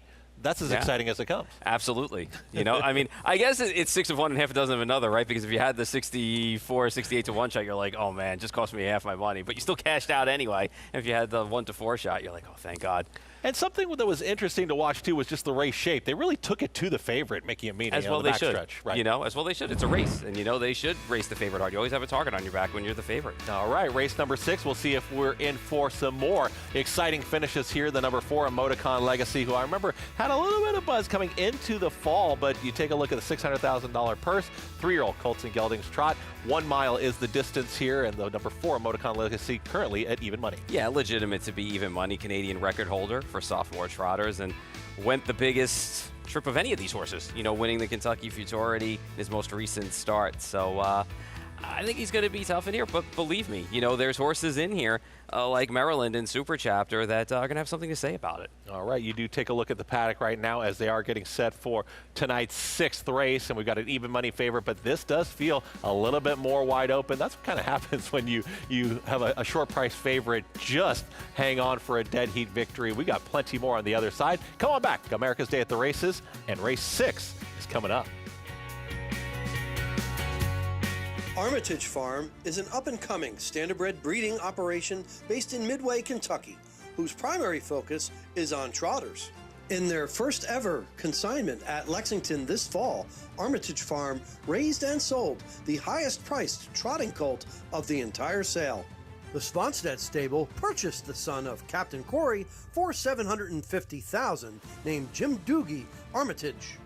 Armitage Farm, trotting into the future.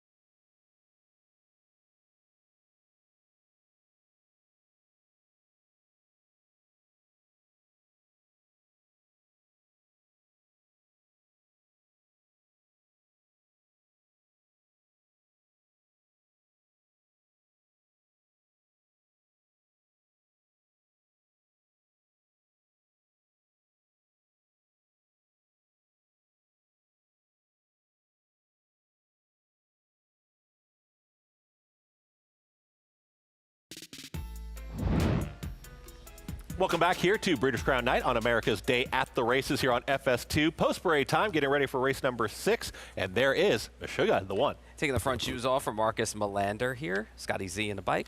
The number 2 will be Super Chapter. There's Dexter Dunn. Good third last time out behind Motorcon Legacy and Maryland. I think there's not much separating them on the wire. We'll see what happens here tonight with them. Yannick Gingras, always dangerous here. He's going to have the number 3 in Maryland. You know, I know Maryland hasn't won this year, but has those 6 second-place efforts. I kind of like Maryland's, and I think cycling into what might be his best race. Even money right now, and you're going to see a Motorcon Legacy 3-year-old Colt by Wallner has a big shot here. Better say, even money. Yeah, 7 for 9 this year, over $1.3 million in the bank. The horse to beat on paper for sure in this race. All right, you're going to see some long shots here coming up. Dave Miller will have the number 5 here by Chapter 7. The 3-year-old, that's Monserrate. Yeah, been a struggle last couple of starts, beating double-digit lengths, just 1 for 12 on the season. Andrew McCarthy's going to be driving the number 6 here. Another big long shot. 31-1 now, 30-1. Yeah, picking up Lasix tonight as well, so maybe this horse will race a little bit better. Last time on Lasix, just missed by a head, obviously against much lesser competition, though. All right, Warwi Michelle was a winner earlier here for the barn, currently going to be at 16-1, and that's Happy Jack. Won a New York State Sire Stakes final, $300,000 race, so we know this horse can contend for some big money. We just saw a horse dead heat that came out of New York State Sire races, so what we get here tonight from Aki Svanstedt, looking for another crown. And you were talking about that long shot. Doug McNair's got another one here in the 8, 46-1. Yeah, one last time out. Again, it was on a drop, and against non-winners of 5 Power Mutual in that spot, so I got the 5th win. And there is the number 9 at 19-1, James McDonald driving. And we'll see what we get from this horse from an outside draw, maybe prominent early in this spot.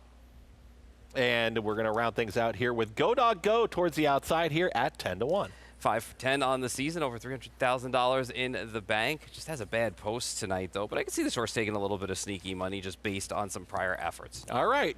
I don't want to say lukewarm favorite because even money is not a lukewarm favorite. But are you on the favorite here, Paul, or do you go to one of these mid-range prices here? It looks pretty competitive here, race number 6. Going to go one slot inside. Okay. Going to go to the number 3, Maryland. And I know this hasn't been like his 2-year-old season, but he hasn't been bad either. I know he's winless, but he's earned a ton of money. He's at 6 seconds and a third in that spot. And I know he broke stride chasing Motorcon Legacy in the Simcoe in August. He was no match for him in the Canadian record mile in the Canadian Trotting Classic, but came close in the Kentucky Futurity, so it was one of his better races. And he gets out of the second tier tonight, so I suppose if anyone's going to knock the top choice off, I'd like to take him in this spot. Bettors agree, 3-1 right now. So I'm going to give him a shot in here and hope he can upset the apple cart a little bit on a Motorcon Legacy. I like it, going with a little bit of a price here. See if we can knock down the favorite. We just almost knocked down the favorite there with a dead heat in the last. Race number 6 is coming up. Gabe, Jenna, plenty of thoughts here before tonight's 6. Chris, I couldn't even pick that winner after the race. I thought the last Martini may have just gotten up there. A dead heat at the end of the day. We'll try and circle back here. I'm on the favorite here. Emoticon Legacy. This is a horse that comes off a win in the Classic there, the Kentucky Futurity. He had post-10 used hard. Still found a way to dig in and win that race. We're going to take a look at this. Now, this horse had post-10 and really had to be used extremely hard to make the lead. By this time, he's got it. You see the actual pickup around the far turn. That's Super Chapter. That's the 2 in this race. That's Super Chapter on his back. Maryland, another rival there. He's going to be well spotted up at the outer flow, but this is a hard-used Emoticon Legacy turning for home, clinging to a lead. I thought he had every excuse to tire it here, but you're just going to see him keep going and going. Maryland starts to rally up off cover down the center. You see Super Chapter slide out there with plenty of room, but Emoticon Legacy just put on a big show down there in Lexington.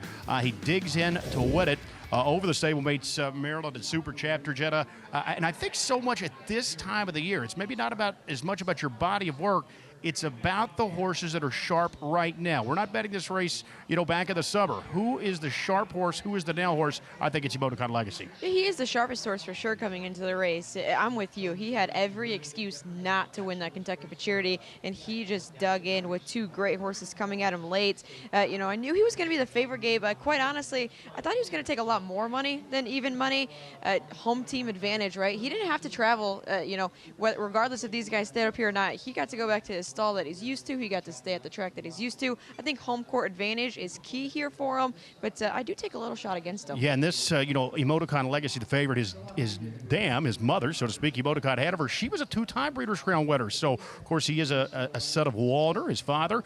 He is a homebred for determination. That's Serge Godin Jetta. He's the founder of the CGI Group, so successful businessman. In fact, he's in the Canadian Business Hall of Fame. They don't breed many horses. In fact, they have just 9 broodmares part of that operation, but they've got a good one here with Emoticon Legacy, the 4 Maryland Post 3. If I had told you last year the richest 2-year-old trotter of all time of the sport, $1.2 million, we'd be all the way in late October, and he's still looking for his first win at 3. It's crazy. You wouldn't even think that he's looking for his first win of the season because he's made over $670,000. Only has missed the board one lone time. That was a great effort in the Kentucky Futurity. It was the first start that they handed the lines over to driver Yannick Gingras. Dexter has stuck with this guy throughout the course of his 3-year-old season. Yannick just falling a neck short there. He's in a good spot here today. We'll see if they can get it done at 5-2. All right, Jess Cotton, all the power here seems to revolve around posts 2, 3, and 4. Of course, the stablemates from posts 2 and 3. Emoticon Legacy right now staying steady at even money. Do you think we can take a shot here to beat the favorite?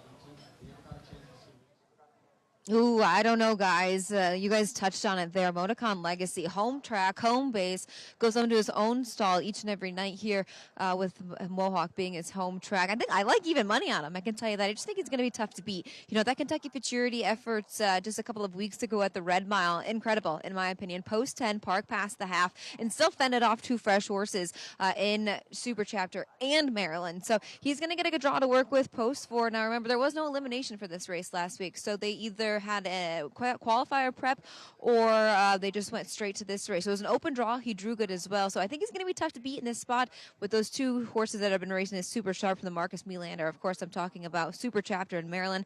Don't count them out, but I think it's going to be tough to beat Emoticon Legacy here in the 3-year-old Colton Gelding Trot. Breeders' Crown Final. Chris and Paul.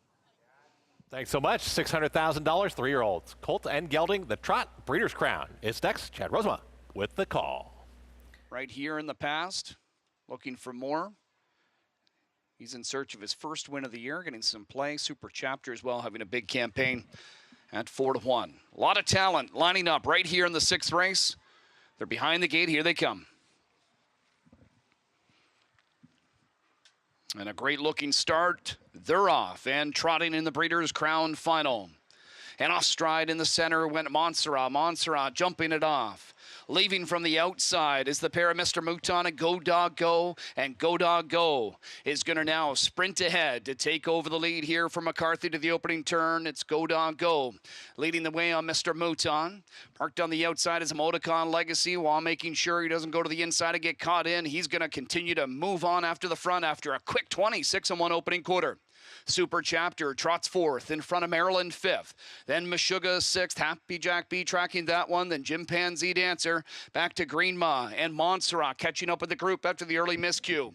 Emoticon Legacy parks to 3/8 but now leads the way in front of Go Dog Go and Mr. Mouton 3rd. Super Chapter on the move out of 4th. First up for Dunn. Maryland to follow him 2nd over. To the inside is Meshuggah. 3rd over Happy Jack B.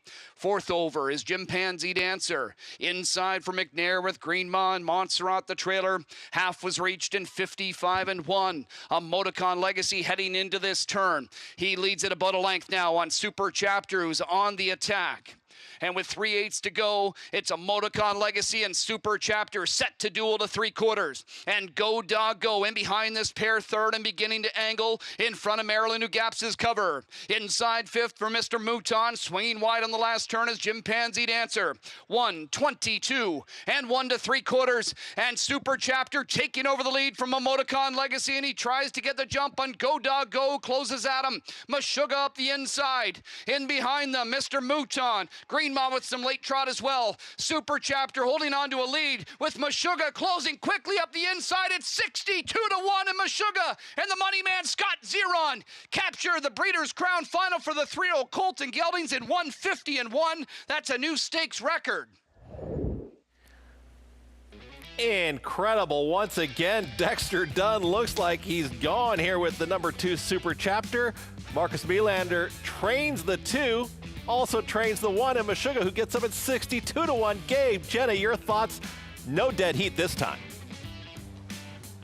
No dead heat, and Scott Zeron going to take the short route up the inside, guys, to pull off a monster upset. Oddly enough, trainer Marcus Belander decided to race him barefoot without shoes tonight. He left the shoes on. His other two starters, Super Chapter Maryland, but a ground-saving journey, Jennifer Meshuggah.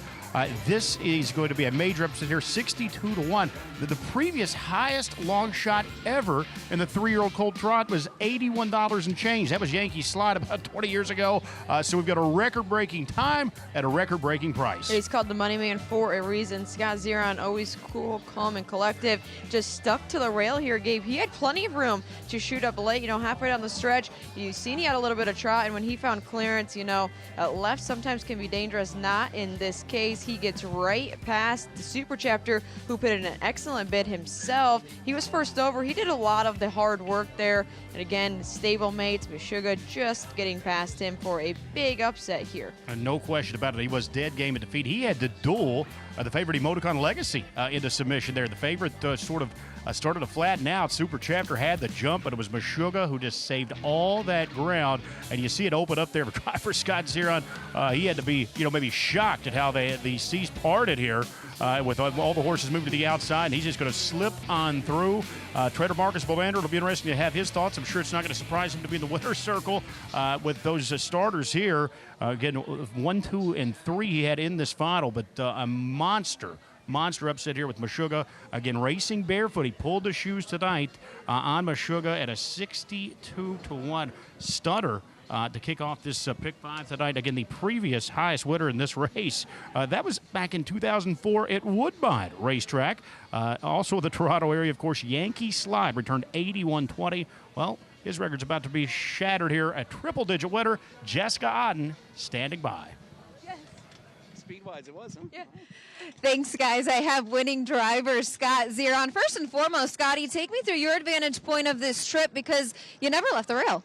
No. I usually stick to that plan with this guy. He usually has pretty tactical speed, but off the rail, he's made mistakes before, so we were just trying to get away where we got away and hope things worked out, and they certainly did. You've been his regular pilot throughout his 3-year-old season. Maybe just talk about his progression because he has put forth some really nice miles.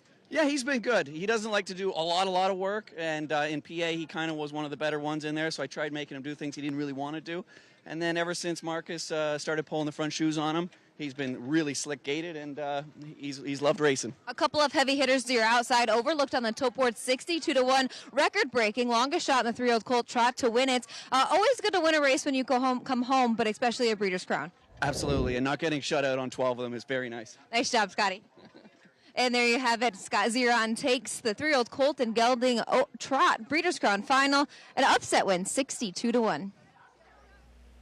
Record-breaking win there with a huge long shot, and Marcus Belander, he's had quite the weekend as well as he continues to have a really, really nice Breeders' Crown. Yeah, this was a surprise. I mean, you'd be hard-pressed to find it in this horse's form, where you would find a spot to say, okay, you could hang your hat on him. But, boy, the seas parted because they really got the outer flow going in this race, and they stacked them up, about 4 or 5 of them out there. So definitely had room on the inside and shot that gap up the inside, and it opened up, and he had plenty of trot late to get to Super Chapter, who did a lot of the dirty work in that spot. Win photo taking place here for Meshuggah. Just a wonderful effort. We got another kid sighting there, as it does look like the little ones were able to get into that win photo. So it's just a really, really great night, and you do see Scott Zeron just came up the rail. Dexter Dunn looked to be gone there in Super Chapter, but just got caught in the final stages. Yeah, I mean, there's not much else to say about it. He was able to get out. He was able to get first run in that spot, and, just took his toll late, But his stablemate got the job done. Big price, man. Congratulations if you had him. If you're called the money man. Oh, yeah, he's big money right in these races, yeah. Big win for Meshuggah. Huge victory and a huge price. We've had plenty of fireworks so far. We're going to talk about Lexus Cody coming up in the next race here on America's Day at the Races. He's 7. Can he perform another exciting race?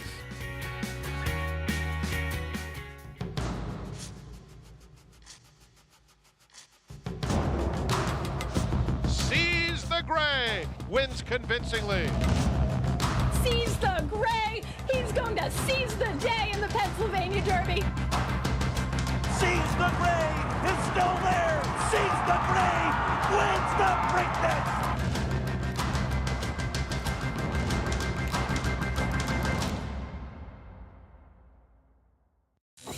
You bet with Naira Bets. Bet any track, anywhere, anytime.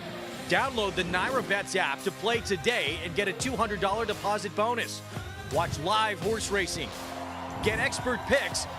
Boost your bankroll with weekly promotions and hone your handicapping skills with exclusive tips and tutorials. Download the Naira Bets app now. Sign up now to claim your $200 deposit match bonus. You bet with Naira Bets.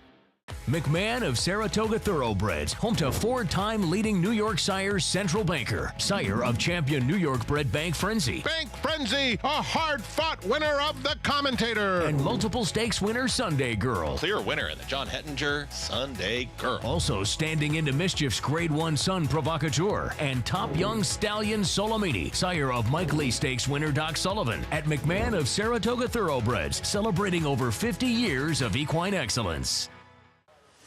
Get into the game with Bond Racing Stable. When you partner with Bond Racing Stable, the Bond team does all the work and you enjoy the experience. As a partner, you can watch morning workouts, come to the paddock for saddling, and cheer your horse down the stretch. Bond Racing Stable offers more than 30 New York bred weanlings, yearlings, and 2-year-olds in a partnership program that gets you to the winner's circle. Whether on your own or with friends and family, make Bond Racing Stable your racing partners. Go to jamesbondracing.com today. Welcome back to America's Day at the Races here. You do see the 3-year-old colt and gelding Trot going to a big long shot in Meshuggah. And a nice little fun fact as well, Scott Zeron, they call him the money man.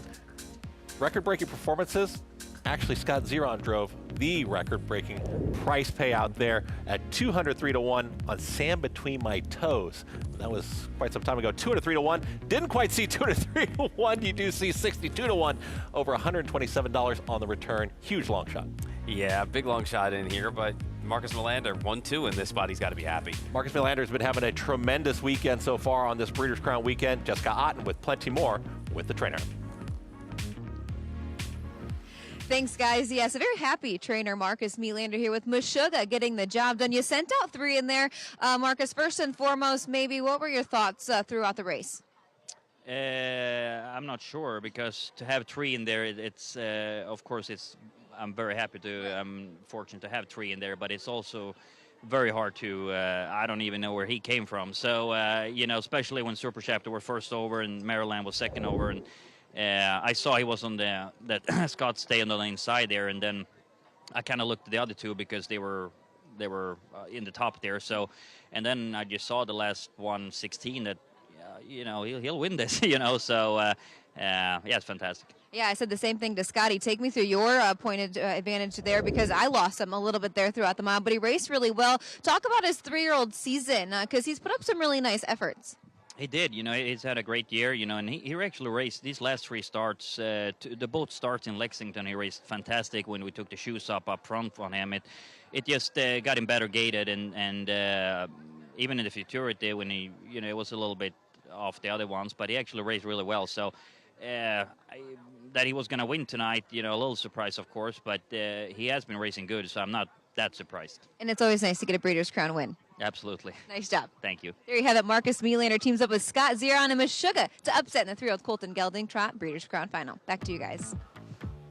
It must be said. I mean, you hear it from the fans all the time. The other Melander gets the job done in there, and you even heard from his responses in that interview that he said, "Oh boy, there's another one of mine, and it's going to get up and win." Yeah, he lost track, but I'm glad he found him late. Probably just not the one he was thinking, but you know what? He'll go back and watch the race, and he'll be just as happy as he is now. Just another reminder here on a Breeders' Crown night like this that they've all got a shot. They're all quality horses at the top level, and you see a 62-1 shot get the job done there in race number 6. Race number 7 is coming up, a 1-mile open trot here. The Breeders' Crown continues on, $600,000 purse. Yannick Gingras will be driving the number 5 in Lexus Cody, who's right now 4-5. And talking about horses that have gotten good and just blossomed. Here's a 7-year-old in Lexus Cody who's done that. It's 10 for 19 for the year, over $1.5 million in the bank, and he's been a tough customer. Can he seal the deal and keep it going? We will see if Lexus Cody can get the job done. Yannick Gingras, we've been talking about the drivers. We talked about the money man. Let's talk about Yannick Gingras when we come on back, because he's got a big shot here with Lexus Cody on the other side here for trainer Ron Burke. Plenty more on this Breeders' Crown night on America's Day at the Races.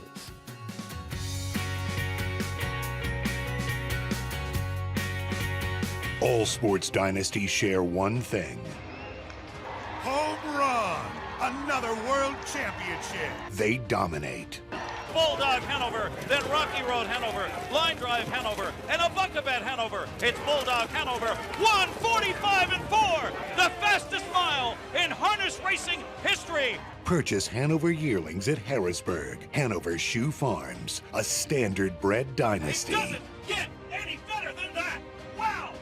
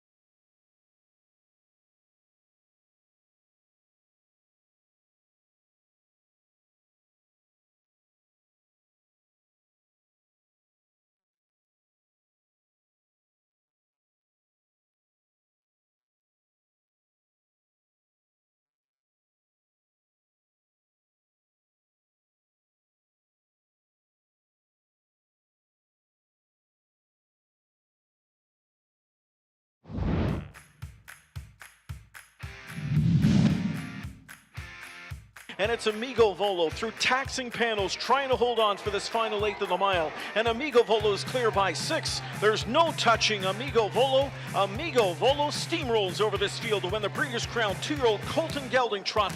It's Amigo Volo still there leading the way.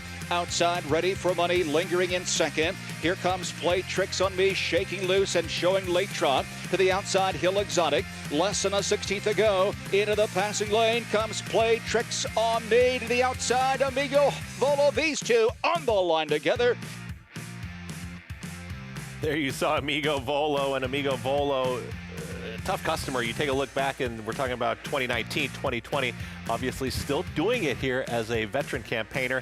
And this open trot coming up is going to be a little bit of a price seemingly at 26-1, but always nice to see Amigo Volo still around. Yeah, let alone getting into 1 or 2 or 3, but you're in 5 of them now and you won 2. Come on, that's crazy. Tremendous to see those veteran campaigners, and Lexus Cody's going to be driven by Yannick Gingras, our own Jessica Otten with plenty more. Thanks, guys. Hall of Fame driver Yannick Gingras joins me before Lexus Cody heads to the track. Just a quick comment, Yannick, on the progression this guy's had throughout his season. It's amazing. He's been tremendous any which way. So that makes my job a little bit easier. That he's not one dimension now. So it's really happy with that. Yeah, he's definitely been able to overcome maybe a little bit of that. To go back to that Dayton Derby, obviously got put in a bad spot, but he really overcome that, and that really works to your hand here. Yeah, for sure, absolutely. You can do any which way, like I said. Of course, we probably want to control it if we can, but if they go a little wild, obviously shown he can do from the back as well. And he seems to like the Canadian air. Yeah, he definitely does. He's always been good here, so hopefully he's got it one more time. Good luck. Thank you very much. There you have it. Yannick Gingras on Lexus Cody before the Open Trot Breeders' Crown Final. Heads to the track. Back to you guys. And taking a look at Lexus Cody and French Wine as they hooked up not too long ago. It was back there on the 18th in race number 8. You do see Lexus Cody. He's got the Hall of Fame connections. Does he get the job done tonight off of this effort? I mean, that was another sub-150 mile for him, and he did exactly what he was supposed to do in that spot last week. You leave, you make the early move, you move to the top, you control the race, and he's been so good this year, so it's only fitting that he would be able to try and cap it off with a crown. And French Wine's worked out nice back-to-back trips now, but just hasn't been able to parlay it into wins. Solid effort, tried to strong through the stretch, keeps within range of Lexus Cody, hasn't been able to go by him yet. So for me, Lexus Cody, I think, is going to be a tough customer tonight for sure. Yeah, it's been a tremendous campaign for Lexus Cody, and with those Hall of Fame connections again, Yannick Gingras teaming up with Ron Burke seems to have a really, really big shot, and who knows, maybe a little bit of hardware a little bit later in the year. Yeah, listen, you know, at age 7, it's hard enough to maintain your level of performance, let alone get better, and that's what he's done all year. He's just blossomed from the first start when we saw him earlier this year on the shows to now, you know, and he's doing different things and different ways of being able to win races from off the pace, and if he's got to be in front trotting, then he goes to the front in that spot. So, you know, it's solid for a 7-year-old to be able to do that, because not many do. You know, once they get set in their ways, horses, it's hard sometimes to get them to change. Yeah, certainly looks like he's got a really big shot in here. French Wine you saw from out of that replay. We're going to see quite a few, you know, horses trying to tackle Lexus Cody in this spot. But at 4-5, did you see the odds kind of ending up that way, that he would be a pretty heavy favorite in this spot, or did you feel like it'd be a bit more wide open?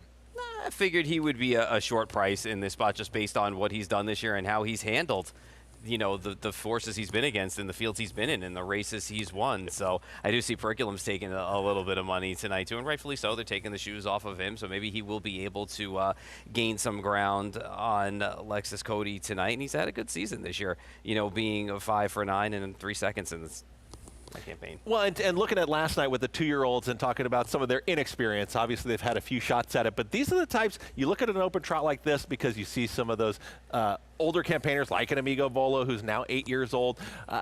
They know what these races are like, and so they've been in different types of spots, so you never know when one of these trotters are going to be able to just knock it out of the park on a night like this. Yeah, these are old professionals. They know what they're doing, and they know their job, and they do it well. Speaking of Amigo Volo, James McDonald, the one at 31-1. And looking for the 6th win of this season. It's been a little bit of a struggle for him against the big types. The 2 is going to be Private Access. Yeah, he's going to have to step it up here, too. He's been struggling over the last 4 or 5 starts. The 5 by Bar Hopping, French Wine. Jason Bartlett to drive. Are you a French Wine guy? Not really. Not really. Oh, that's a shame.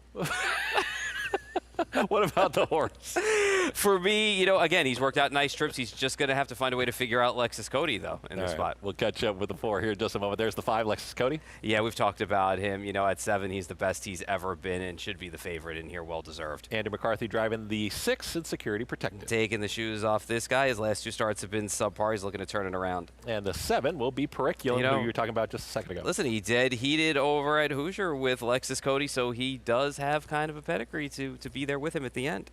Doug McNair on the 8th there at Logan Park. Got the trip he needed to get into this final, finishing 5th. I think he's going to be sharper off that effort. We'll see what we get at a big number. Towards the 9 here, Hill Exotic. He's another horse who always kind of sneaks in at the bottom parts of your exacta and trifectas at a big number. And here is the 10 to the outside. Yeah, up your Deo Dexter Dunn now picking up the catch for Aki Svanstedt. You know, the last time Dexter drove this horse, he did win. So we'll see what we can do with Dex again in the bike. All right, also a little love to the 4 Southwind Coors. It was a big long shot there, Ron Burke and Ronnie Wren teaming up. Yeah, shoes coming off here in this spot, coming off a qualifier at the Meadows. The last 2 starts before that were not that great, although he had a no-shot trip in the MGM over at Yonkers. All right. Trot. Shoes coming off. That's kind of at an angle, right? The no listen, shoes thing? it does move up horses sometimes. You know, you feel better if your feet are comfortable. All Sometimes right, it helps. You can't do it all the time, though. There you go. Let's see what happens here at tonight's 7th. Gabe Jenna with plenty more. Yeah, guys, thanks a lot. I think, it would be malpractice, I think, at this point, not to mention the shoes off. Just after we saw Meshuggah and the last Martini, won a dead heat, of course, but both are better than 60-1 winners. The 4, 6, and 7. Those are the ones the shoes are coming off here tonight. So, again, it's been a popular angle. But, Jenna, the one thing that stands out to me in this race, it looks to be a race that is absolutely loaded with early speed. I think the 8 Logan Park, the 9 Hill Exotic, at least one of those 2 long shots is going to try and lead from the outside. I think the 7 Periculum, pulling the shoes here, he could be more aggressive tonight for driver Scott Zero. And plus a host of leaders from the inside. I think we could see a wild early pace scenario. I'm going to have to agree with you. I think for sure the 8 or 9, maybe both, are going to push forward from off of the wings. We've seen Austin drive quite aggressive already here tonight for trainer Todd Luther. And we know that Hill Exotic can leave the wings. He had the 9-hole in the Maple Leaf Trot final, and he crossed over to the front in 26-4. That was right here at Mohawk. So we know he's got some gate speed to him. Why not try it again? Biggest race probably of his career in a Breeders' Crown final. Logan Park, I think he took a step forward in the right direction. He's got post 8. They are not going to make it easy for Alexis Cody tonight. Yeah, and that's the thing. I think driver Yannick Gingras is really going to have to take a good long look at the start of this thing. I mean, the drivers, well, they're handicapping the same program we are. So sometimes races, it looks like there's a ton of early speed. Everyone goes in a little cautious because they don't want to be caught up at a torrid tempo. But I think Yannick, who is on Lexus Cody here, who's in the midst of a huge campaign. He makes his Breeders' Crown debut at the age of 7. Happened with Sandpail way back in 2011. He won the Breeders' Crown when he debuted at 7, went on to Horse of the Year season. Lexus Cody, well, he's got a case for possible Horse of the Year, Jetta. $1.5 million this year at the age of 7. $2.2 million in his career, but, he's like fine wine. He seems to be getting better as he gets older. If there was an award for effort of the year, Gabe, I think it would have to go to Lexus Cody back in the Dayton Derby. He was 9th at the 3/4 pole. He was in an impossible spot almost that entire mile. He was just got away poorly. He was 6th on the rail, again, got shuffled all the way back to last. At the top of the stretch, he was shot out of a cannon. You see Yannick get a little emotional sometimes down by the wire. He was electric at the finish of that Dayton Derby. Lexus Cody overcame an impossible spot to get the job done. Had the chance to catch up with Yannick. I said, you mapped out the perfect trip, and he just started laughing. I'm telling you what, that effort there, and he's only followed it up with 2 incredible efforts in the qualifier, and of course last week in that Breeders' Crown elimination. Yeah, 3 to 4 on the board right now. A consensus selection. The second choice Periculum. He pulls the shoes. Zeron and Melander team up once again, Jessica Otten, but not at 62 to 1. They're 7 to 2, the second choice here. I see you're on the favorite Lexus Cody as well. Oh, absolutely. Just talk about the sensational season he's had late in this 2025 campaign here. He's had to overcome a lot as well. He was a really nice open preferred type of horse earlier on in the season and even throughout his career. But he's really turned the tables here in the last 3 to 4 months. Yannick, his driver, and his trainer, Ron Burke, have really thought he's matured, lately, as in the last 2 to 3 months here. He was a very strong, dominant win there in that Breeders' Crown elimination, securing him a good post. He gets post 5, of course. 10 of 19 wins in his season, and he's continuing to get better with age. He was really good here in the Maple Leaf Trot elimination and final. Then he went over, of course, to the Yonkers International Trot and was sensational there. He's just been on a roll. I don't know what else you can really say about him.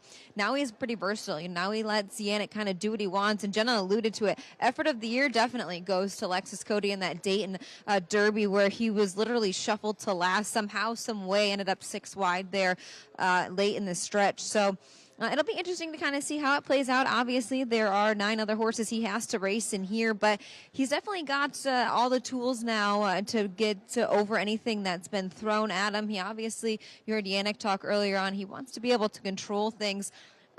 So hopefully he'll be able to do that pretty easily on the front end, as he is the favorite. And then, of course, French Wine, he raced really well last week, too. He was a runner-up behind Lexus Cody, a 50-1 effort. He recently went into the Nancy Tactor barn. He raced really well in that Caesars Trotting Classic. He flew home late after a bit of a delay there. He was 3rd in the Alarage behind Periculum and Itos Kronos, and then a very good runner-up finish last time out. He did a good draw to work with as well, post 3. But I'm all for Lexus Cody here in the Open Trot Breeders' Crown final, guys.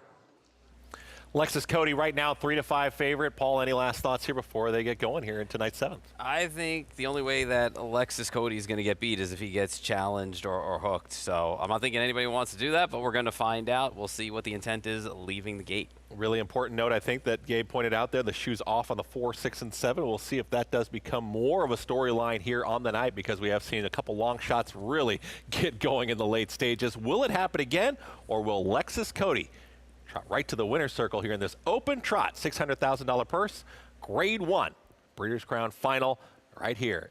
Lexus Cody, heavy favoritism. Chad Rosemont with the call. It's post time for the 7th race.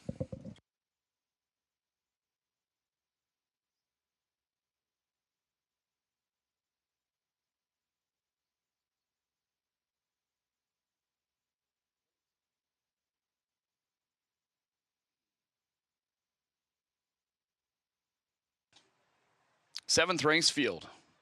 Breeders' Crown Final, Open Trotters. Lined up, here they come to a start. There they go. And they're off and trotting. And leaving alertly on the outside, Up Your Dale with Southwind Coors to the inside. Also into the mix, French Wine. And then flanked to the outside of that one, Lexus Cody, wide to the opening turn, Hanners with Hill Exotic. In behind this first half of the group, you're on with Periculum looking for a seat. He'll find it along the pylons in front of Amigo Volo, the two-time Breeders' Crown champ. Parked out in the back is Logan Park. Inside, Private Access, security protected, early trailer, 26-2. They battle to the opening quarter and beyond, and it's Hill Exotic now taking over from Up Your Dale. With Southwind Coors following third. Lexus Cody settled in fourth for now as they go by 3/8. He's tracked fifth by French Wine. Then it's Periculum. Amigo Volo still parked in the back as Logan Park to the inside, Private Access and security protected. And there goes Lexus Cody out of fourth as Up Your Dale retakes the lead from Hill Exotic, 54-3. Down to the half. Up Your Dale leading them into this turn towards the 5/8 with Hill Exotic second and Lexus Cody an approving third.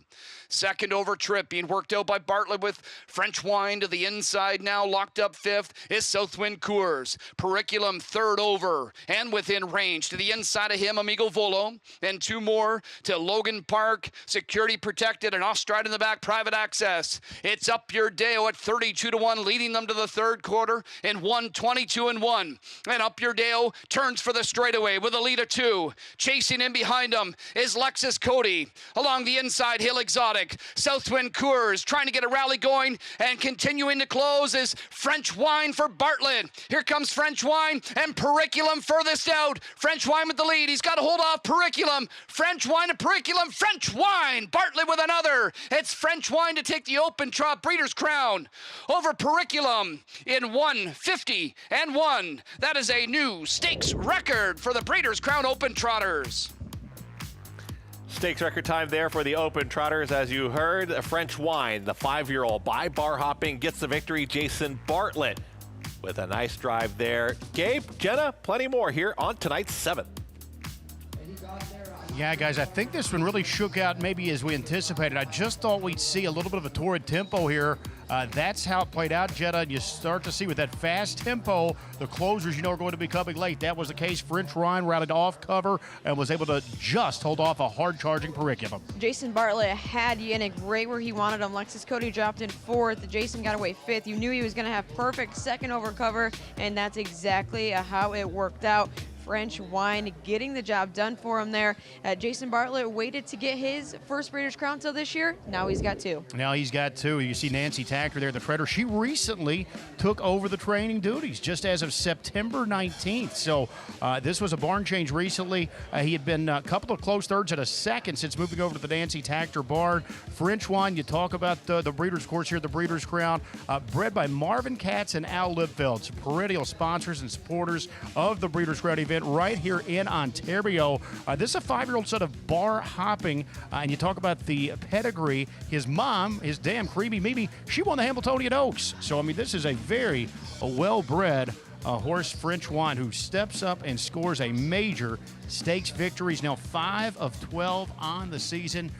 Off price here, guys, at 5-1. The third choice. It's actually going to be the three favorites, just in inverted order, as you see the connections return. The happy connections here of French Wine, a newcomer for the Nancy Tacker stable. And there you do see a very happy Nancy Tacker as they have French Wine getting the victory. Jason Bartlett. It's a New York kind of night. New York kind of feel. Yeah, happy for Jason getting his second Breeders' Crown in just as many nights, and worked out the perfect trip, just sitting behind Lexus Cody, who was first up and going into the first turn, or right not too long after the start, too. I kind of noticed that Lexus Cody didn't look like he had it. Just didn't look happy. Jessica Otten, she's got Jason Bartlett with plenty more. Thanks, guys. Winning driver Jason Bartlett here, of course, capturing this Breeders' Crown final with French Wine. Take me through the trip, because it couldn't have worked out any better. Yeah, I thought this race in particular was going to be a little bit positioning early in the first turn, and I didn't think it was going to be cut and dry like it was last week. I figured there'd be a couple levers from the outside, and then depending on what Yannick and Scott does going into the first turn, I had to kind of play off them and see. I kind of wanted to be behind one of them second or third over. We'll talk about, obviously, Nancy taking over the training later on, but you took over the driving just a couple of starts ago. He's actually really finished up his miles well. He just couldn't quite get there the last couple of starts, but tonight he really wanted this win. Yeah, he gets a little pacey the last couple of pylons, and even tonight after we pulled up, Scott said, I was hoping he'd get a little pacey on you there. So, but he's been really good, ever since Nancy put me on him, and it's been a pleasure to drive him. He's a classy old horse, and tonight he showed up when it mattered. A handful of Breeders' Crown drives this weekend. You picked up your first one last night. You get another one here tonight. This has to be a cool season for you. Yeah, it's very memorable. I'm trying to take it all in and trying to enjoy it as much as possible. It's just grateful for the opportunities that I've gotten this year. Congratulations. Go enjoy it. Thank you. There you have it. Jason Bartlett teams up with Nancy Tactor to get the job done with French Wine in that open trot Breeders' Crown final. On a Breeders' Crown night like this, you feel very happy for the breeding connection. It's also just the different connections we continue to see winning races here. It's good to see it's all spread around right now. They're winning from all over. Yeah, without a doubt. And now this horse closing in on $2 million worth of earnings. Jason Bartlett having a career year himself when it comes to earnings and wins as well. And Nancy Tactor doing what she does best, getting horses into the winner's circle in big races. Yeah, really seem to be rounding into really strong form. And French Wine does get the victory here. Jason Bartlett, the driving duties. Nancy Tactor, the winning trainer. And they get the open trot, this 2025 edition. Goes to French Wine. They'll be toasting a little French wine maybe there for victory. We're going to talk more about Ron Burke and his barn. It's a family affair and plenty more from this barn on the other side here on America's Day at the Races.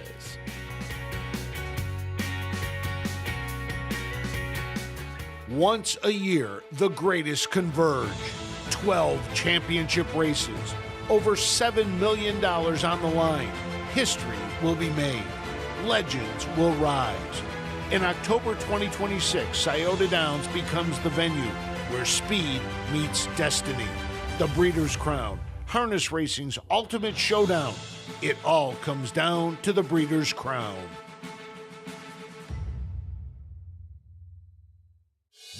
The Cup is calling at the Breeders' Cup with Naira Bets. Download the Naira Bets app or sign up at nairabets.com to get a $25 free bet and $200 deposit match bonus today. Watch live horse racing, get expert picks, and boost your bankroll with lucrative promotions. Play the Breeders' Cup World Championship with Naira Bets. New players sign up now to claim your $25 free bet and $200 deposit match only with Naira Bets. Grayson Jockey Club Research Foundation was formed in 1940 with a simple goal: to raise funds for research to enhance the health and soundness of horses. Since then, we've provided millions of dollars to hundreds of projects at universities around the world, leading to major advances in welfare. Our process of selecting and producing peer-reviewed research has become the trusted industry standard. And with your help, we'll be here for many years to come, supporting the health and wellness of all horses. Why wait for fortune to be revealed when you can make your own move? Because no one ever talks about the time they played it safe. So go ahead, press your luck, tempt fate, and claim your destiny. Because once in a lifetime can happen every night. Welcome to a world that revolves around you. Your rules, your world. Resorts World. Welcome back to America's Day at the Races. We just saw race number 7 in there, and that is the number 3 in French Wine. Jason Bartlett with the driving duties, and a very happy Nancy Tactor, I'm sure, with the training duties. And we've got Jess Otten with plenty more with the winning connections of tonight's 7th, the Open Trot. They win the $600,000 purse. Let's go to more from Jessica Otten. Yes, all smiles from trainer Nancy Tactor. Nancy, you overtook the training on this guy just about a month ago. Just talk about maybe the transition, because he's really seemed to hit his best stride as of late. He's a super nice horse. He's always been a really nice horse. He came to my barn with, a lot of merit and money made. So I've always had a lot of respect for him. I've raced against him in the past. So when he came to my barn, really we didn't really have to do much to him. I changed his shoes and changed some equipment on him, and he really just settled in really nicely right away. And I mean, he's the coolest horse to be around. He has a lot of personalities. You probably saw in the winner's circle, but he's definitely a gem. I'm happy he's part of our team now. As I said to Jason, you know, the last couple of starts, he's really chased him down late in the stretch, just couldn't quite get to him. Tonight, he really wanted to get that win. Yeah, you know, it was funny because when he raced at Hoosier, Jason's like, I couldn't let him go the last quarter. And then he raced at the Red Mile, and he's like, I could only let him go the last 8th. And last week, he was like, I could only let him go the last 16th. And I'm like, well, by Breeders' Crown Final night, you'll be able to let him go. And he did. And I'm just so happy. The horse is great. It's a great ownership group. Everybody's really excited. So it's really exciting to see what this horse has coming forward. And it's always nice to get a Breeders' Crown win. Oh, yeah, for sure. Congratulations. Thank you. There you have it. Nancy Tackner teams up with Jason Bartlett and French Wine in the Open Trot Breeders' Crown Final. Back to you guys. Pretty amazing to take a look at French Wine there, a new acquisition for the barn, or a new trader, I should say, and it's really worked out well for them. Yeah, you know, had 3 good starts for Nancy and now capped it off in the 4th by winning a Breeders' Crown, so you cannot knock that at all. Periculum finishing second in there, and Lexus Cody rounding out that trifecta. We've got race number 8 coming up, $600,000. One more time. We got that 1 mile pace, 3-year-old Colts gelding the pace this time, and you take a look through the field. The number 8, Blueprint, Ronnie Wren, that name sure stands out. When you win over 16,000 races, of course, you have got a Hall of Fame career, and trainer Ron Burke has done just that. But if you ask Ron Burke and his family, they might actually be just getting started. My father first had car dealerships, and he sold them when I was 12, thank God, because I don't think I would have enjoyed it as much.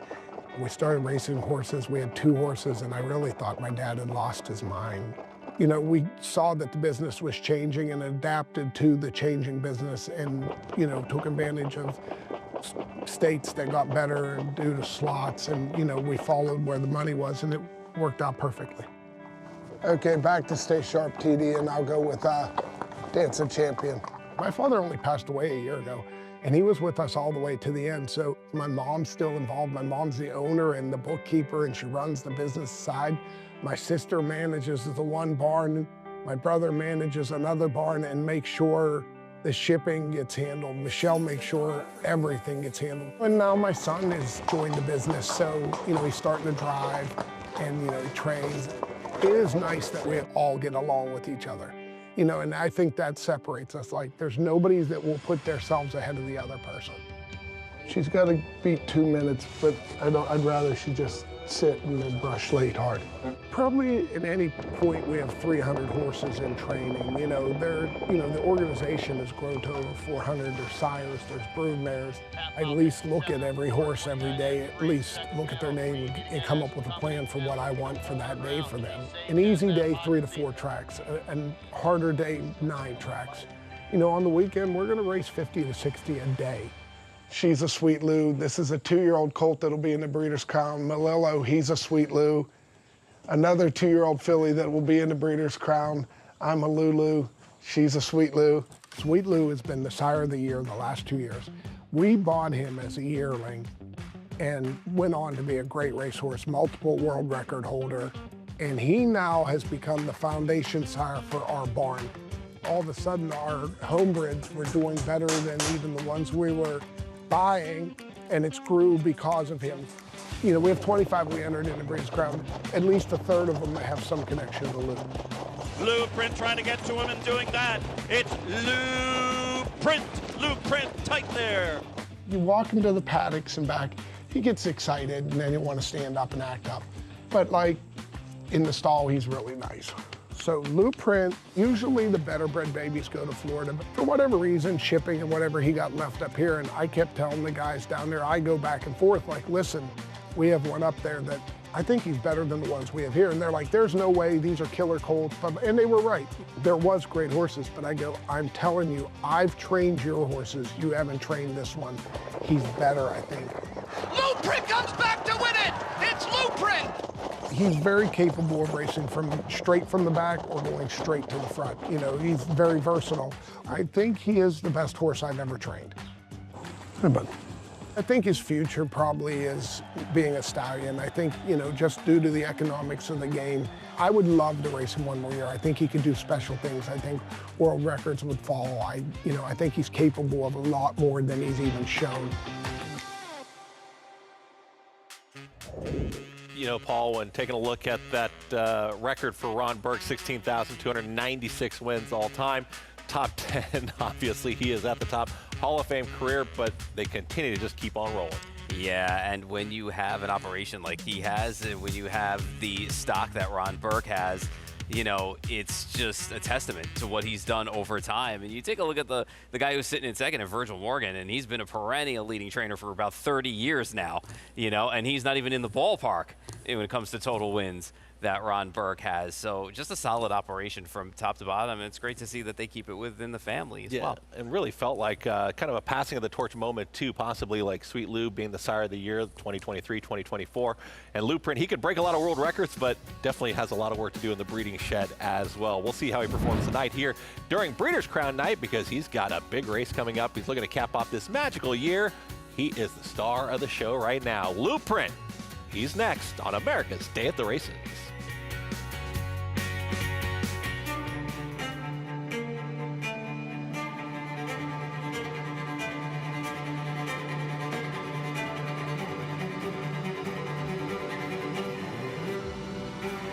Top of the stretch, an obliteration. Obliteration, perfectly named individual, is romping home in the Sanford. 7 lengths past the 16th hole.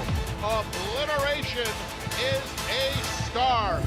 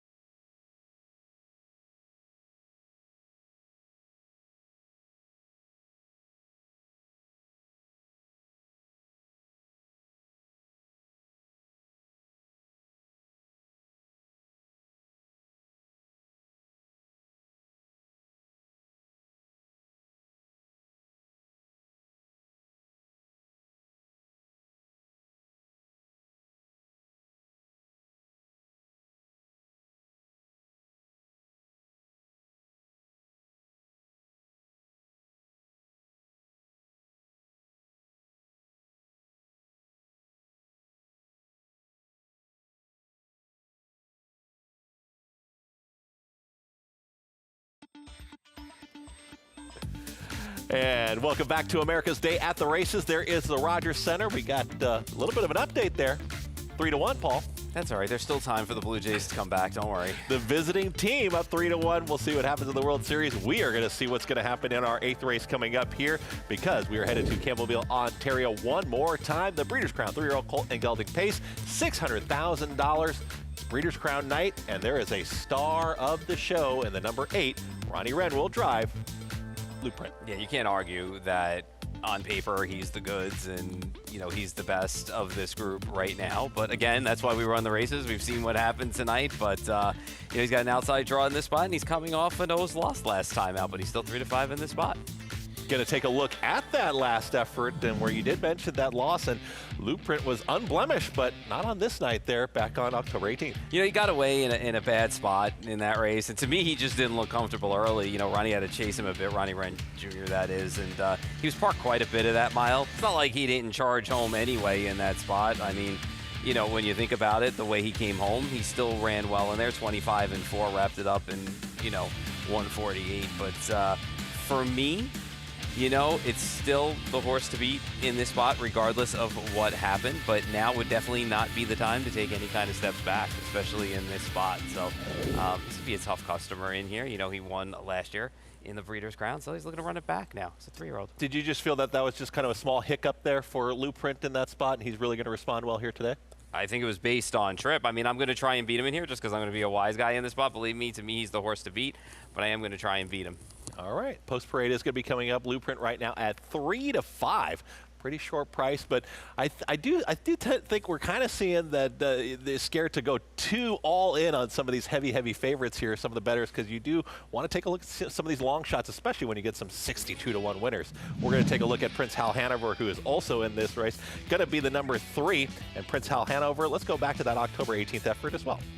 He's able to just walk the dog, you know, around that track, and everybody else got exactly what they deserved when they let him get away with a 29 2 quarter. You do that with a horse that's this good, you know, he's going to make you pay for it, and he's too good when he can get away with that. So, you know, and he had a little help in that race because Madden Oaks was raced differently and from off the pace in that spot, and Sippin' on C-Rock didn't go either. So another player in here, Dr. Ian Moore knows how to get the job done, as we know, and but I don't think he's going to have the easiest of journeys tonight. I think there's going to be other horses in here that are going to want to go now for the big money. Prince Hal Hanover, the 3-year-old by Captain Treacherous, will be driven by Todd McCarthy. We're going to have a post parade coming up, but yeah, Dr. Ian Moore, he's already had a tremendous weekend, right, with Bojangles. Trying to cap it off here with Prince Hal Hanover. Yeah, we'll see what we can do with him in this spot. Post-parade time, $600,000 purse here. Race number 8, 1 mile is the pace, and there's the 1 Madden Oaks. I'll be interested to see if he's going to be closer than he was. He's better than that last effort for sure. Andrew McCarthy and the 2 here at 25-1 will be next. Outlet's had good moments this year. They've come against lesser competition, but it's made over $350,000 this year for Bruce Saunders. It's going to be Todd McCarthy. We're just talking about the number 3, 7-1 right now, if you like, Prince Hal Hanover. He's another one that's had a good season this year. He's won the Milstein. He's won the Adios among some of his bigger wins. So, you know, last week got an easy lead. I'm not sure it's going to be that easy, though, this time. Another 3-year-old by Captain Treacherous. There's the 4, Captain Optimistic. Yeah, the last 2 starts have kind of been in the wrong direction for Captain Optimistic. Hopefully he can get back to some of his winning ways. Jason Bartlett, maybe the hot hand here. 3-year-old gelding by American Ideal. That's Dandy Ideal. You know, that was a lifetime best for him, and he fended off the monster that's Blueprint. So Jason Bartlett doing what he did best, you know, leaving with aggression and intent, made the top, and ended up 3rd early, made that first move, made it work. Yannick Gingras didn't get it done on Alexis Cody. Can he get it done on the 6 at 8-1? I like this horse tonight. I think he's a little bit sneaky in this spot. And remember, last year in the Breeders' Crown, he just missed beating Blueprint by a head coming up the inside. Big long shot here, and Doug McNair, we've seen him have some success tonight. There is the 7 crack shot. Wouldn't be the first time Doug McNair got a big number horse to the winner's circle. 5th last time out, beaten at 2 1/4 in that race with Dandy Ideal and Blueprint. There he is, Blueprint. What do you think? Yeah, we talked about him, 10 for 11 this year. The only blemish was that second miss by a nose. Part of it was trip. We'll find out if he's going to be better for it tonight. 2 massive long shots here towards the outside of the 9 at 96-1, Tim Tetrick. Yeah, it's another Ron Burke horse in here. Just 1 for 17, though, on the season. Always Be Mickey has had a nice night here. Dexter Dunn, the number 10. Fusion, 42-1. Yeah, going out for Brett Pelling was second behind Prince Hal Hanover in that race where they kind of ran 1-2 around the track. All right, we're going to talk more about the number 5 in here, and the number 5 being Dandy Ideal. And we've got Jess Otten with plenty more from her connections, from his connections. To the fantastic breeders. Thanks, guys. I have trainer Hunter Oaks, who sends out Dandy Ideal, the 3-year-old Pacing Colt Breeders' Crown Final. First and foremost, Hunter, you guys served Blueprint his first loss of the season last week in that elimination. Just walk me through the emotions the last quarter of a mile. It was a little nerve-wracking having him come at you. You know, he's talented, and, you know, he raced great himself, too. But that was pretty cool to, you know, end his winning streak this year. Let's talk about this colt and the path that you've taken to get to the Breeders' Crown. He was on the New York Sire Stakes circuit. You went to Hoosier Park, which is a long stretch there in itself. You raced up here a couple of times, but you've had a lot of confidence in this colt since day one. Yeah, you know, I kind of earlier in the year wanted to point him towards the hemp at home, and it was nice to kind of keep him in New York, and that's a good schedule with the 7 legs. So, you know, that kind of worked out well, and, you know, he got the job done in the hemp, so that was good. And then, you know, we didn't end up going to the jug. We would have had a supplement, so we opted to go to Hoosier, and he raced well there. It worked out well in your favor there over that long Hoosier Park stretch. Talk to me a little bit about his week. Obviously, you drew good winning that elimination. He's got post 5 to work with. What did his week look like this week? Pretty routine, you know, as normal. He went back home, and, you know, business as usual for him, and we were happy with the draw. If I could have chose, I would have picked the 5, and, you know, now it's up to Jason. Jason stuck with this guy throughout the season as well, so that has to be a confidence booster for you. He's pretty fresh right now. You have to be excited about tonight. Yeah, you know, that was the nice thing with sticking in New York. He really hasn't gotten beat up racing a lot of these ones all year, so I think that helps us. We wish you the best of luck. Thank you. We'll send it back to you guys. Paul, race 8 coming up. Who do you like here? You see here, Ron Burke. You see he's got a big shot here, obviously, with Blueprint. Is that where you're going? Well, I'm going with the other Ron Burke. He's got a couple in here, and I'm going with the 6, sipping on Sea Rock in here. You know, when you take a look at his race last week, coming off the qualifier at the Meadows, a couple of things stand out. You know, they were super easy with him. They didn't really race him hard in that limb. He had some poor cover in that spot, but he did end up pacing home pretty solidly. I think he's going to be in a better spot today, and maybe he will work out the ultimate of trips, in my mind, that he'll get to follow Blueprint at some point, maybe, if Blueprint doesn't make the top quickly. And, you know, I go back to last year as well. You know, when they raced, he just missed by a head against Blueprint. So I'm going to go with the other Ron Burke horse in here and hope that he is much better, much closer, and much tighter off last week's limb. He's been number 1 pretty much the entire season at the top of a lot of polls. He's the 8 here tonight as far as post positions. Gabe, Jenna, plenty more for race 8. Yeah, good one here, guys. Big money on the line for these 3-year-old pacing Colts. How about the field of 10 here? Combined earnings yet $10.5 million. This group of 3-year-olds. So it's a blockbuster group. Of course, it is headlined by Blueprint. He's looking to become the 4th pacing colt ever to win the Breeders' Crown Final at 2, come back and repeat at 3. The last one that did that was way back in 2020. That was Perfect Sting. And, of course, we had a dead heat earlier tonight. That was the only other dead heat when he won it in his 2-year-old season. I'm a little surprised the price, Jetta, 4 to 5. The fans reacting a little bit after this narrow loss last week. The biggest price he has been since returning here to the races off that layoff at 3 has been 2 to 5. So you're getting a little bit of a better price here than I figured. I mean, I thought he could be a 1 to 5 type in this spot, and he still could take a lot of the late steam, but I'm a little surprised here in the early stages. Yeah, I'm a little bit surprised as well. You know, a lot of people last week after that elimination, you know, came out and said, you know, he didn't look like himself, so on and so forth. I will give it to him, maybe scoring down, he didn't look the best. Gabe, he came home 25-2, and people were saying he didn't look the best. He was still making up plenty of ground. He just got away a little too far back. That nose defeat there, of course, to Dandy Ideal.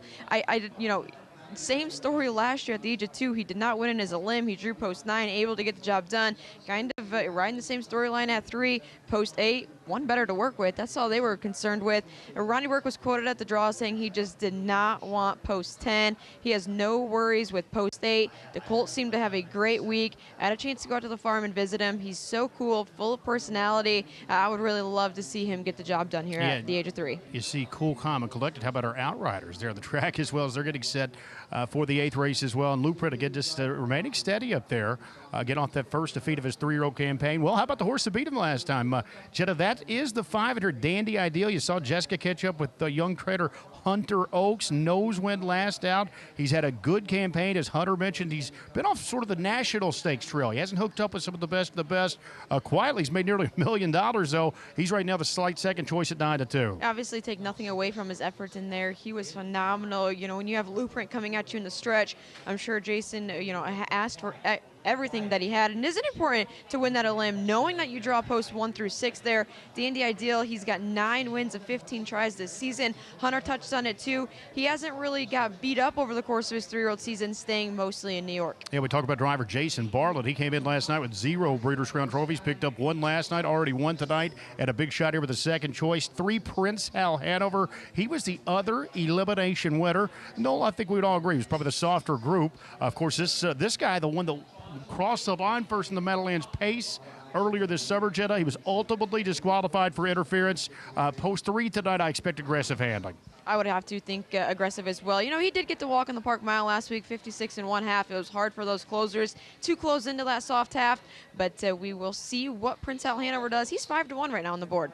All right, we're getting set here for the Breeders' Crown Final. We'll get the final thoughts here ahead again. And the number 8, Blueprint, trying to solidify his spot at the top of the game right now. It's the top name in the sport. 3-year-old Colt and gelding pace, $600,000. The Breeders' Crown. Paul, any last thoughts before I throw it to our announcer? Well, Blueprint's the horse to beat near. We'll see if he can cap off a good year. All right, Chad Rosema with the call. Will it be Blueprint? One that held him off last week, Dandy Ideal at 9-2. Scores in the center of the gate. 5-1 on the other limb winner, Prince Hal Hanover.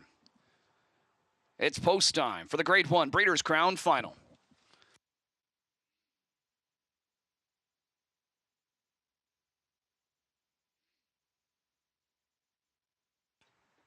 Eighth race field.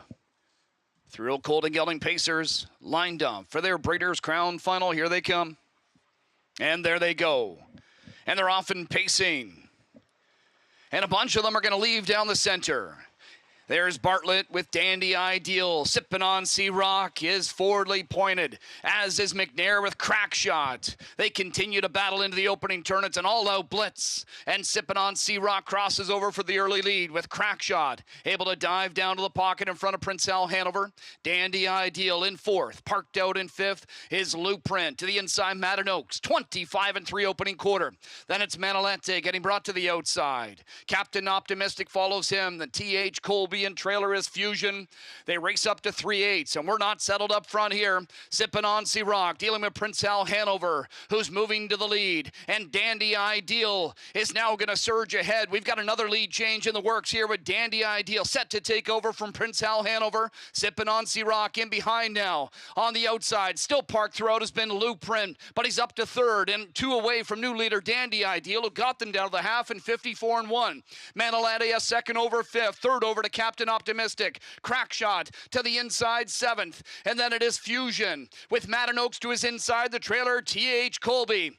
Dandy Ideal leading the way a length to 3/4. On the outside is Blueprint trying to get to him. Prince Hal Hanover in the pocket, 3rd. 2nd over, swinging wide, Manolete, and Captain Optimistic even wider. 1:20 and 4 3/4. And Dandy Ideal, Bartlett fetches for the plugs. He's got 2 on his rivals. Chasing in behind him, Prince Hal Hanover. Gingras up the inside with Sipping on C-Rock is closing. Dandy Ideal digging in. Sipping on C-Rock up the inside. And Sipping on C-Rock will get the win in the Breeders' Crown Final. It's Sipping on C-Rock in 1:47-3. That is a new stakes record in the Breeders' Crown. 3-year-old Colt and gelding pace. Sipping on C-Rock at 9-2.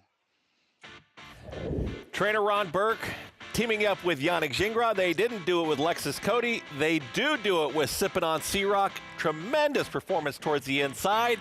Gabe, Jenna, trackside. What a performance. Yeah, what a performance here. Sipping on C-Rock. Yannick Gingras going to take the short route as the inside opens up again. This one, just a lot of early action. I think Blueprint took almost all the worst of it there. It was a busy opening half mile. We had several lead changes. Ultimately, Jenna, was Dandy Ideal who ends up on top.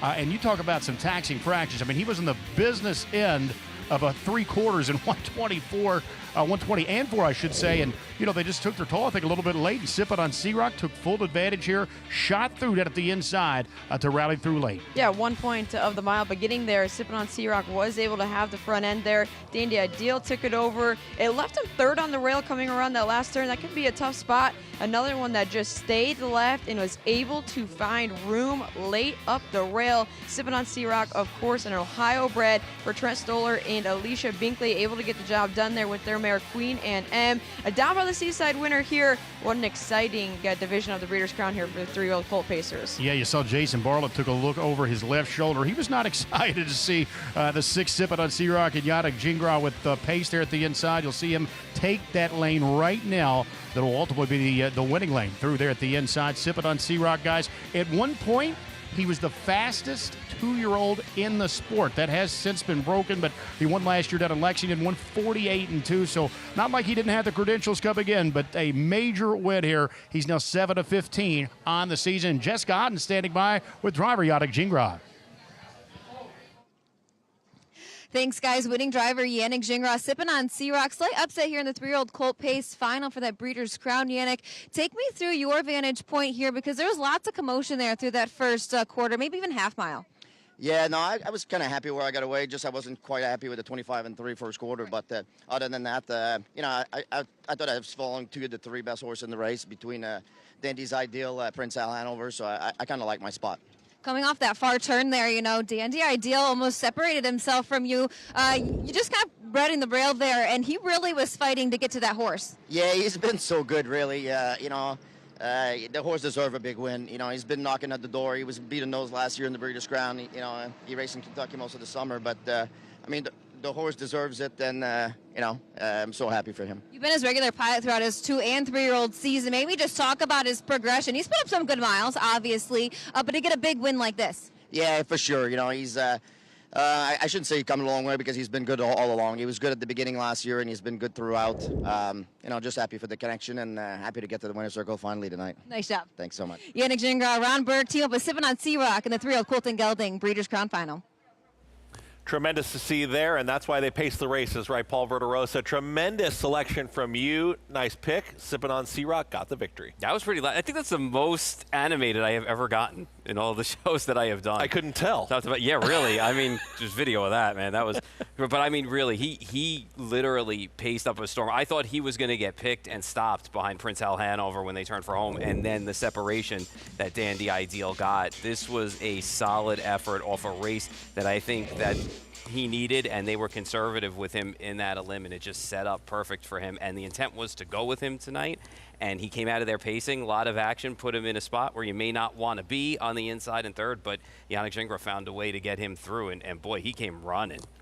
Yeah, Ron Burke does get the victory there. Winning trainer and Yannick Gingras, they team up, and they get the victory on Sippin' on Sea-Rock. Tremendous victory in that open 1-mile pace, or the 3-year-old Colt and Gelding pace. It was Sippin' on Sea-Rock. Come on back.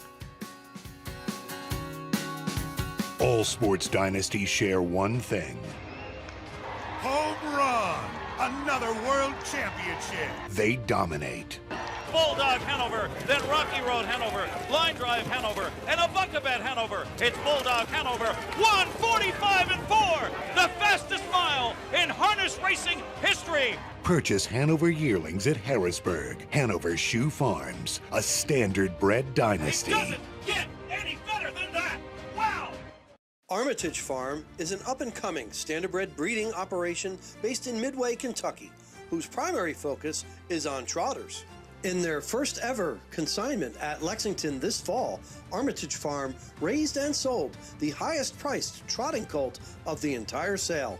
The Svanstedt stable purchased the son of Captain Corey for $750,000, named Jim Doogie Armitage. Armitage Farm, trotting into the future. A showcase of the finest 3-year-old trotters in the nation, the Hamiltonian Stakes was first contested at the Syracuse Fairgrounds in 1926. Away from the rest of the field, it is Guy McKinney to win the first Hamiltonian.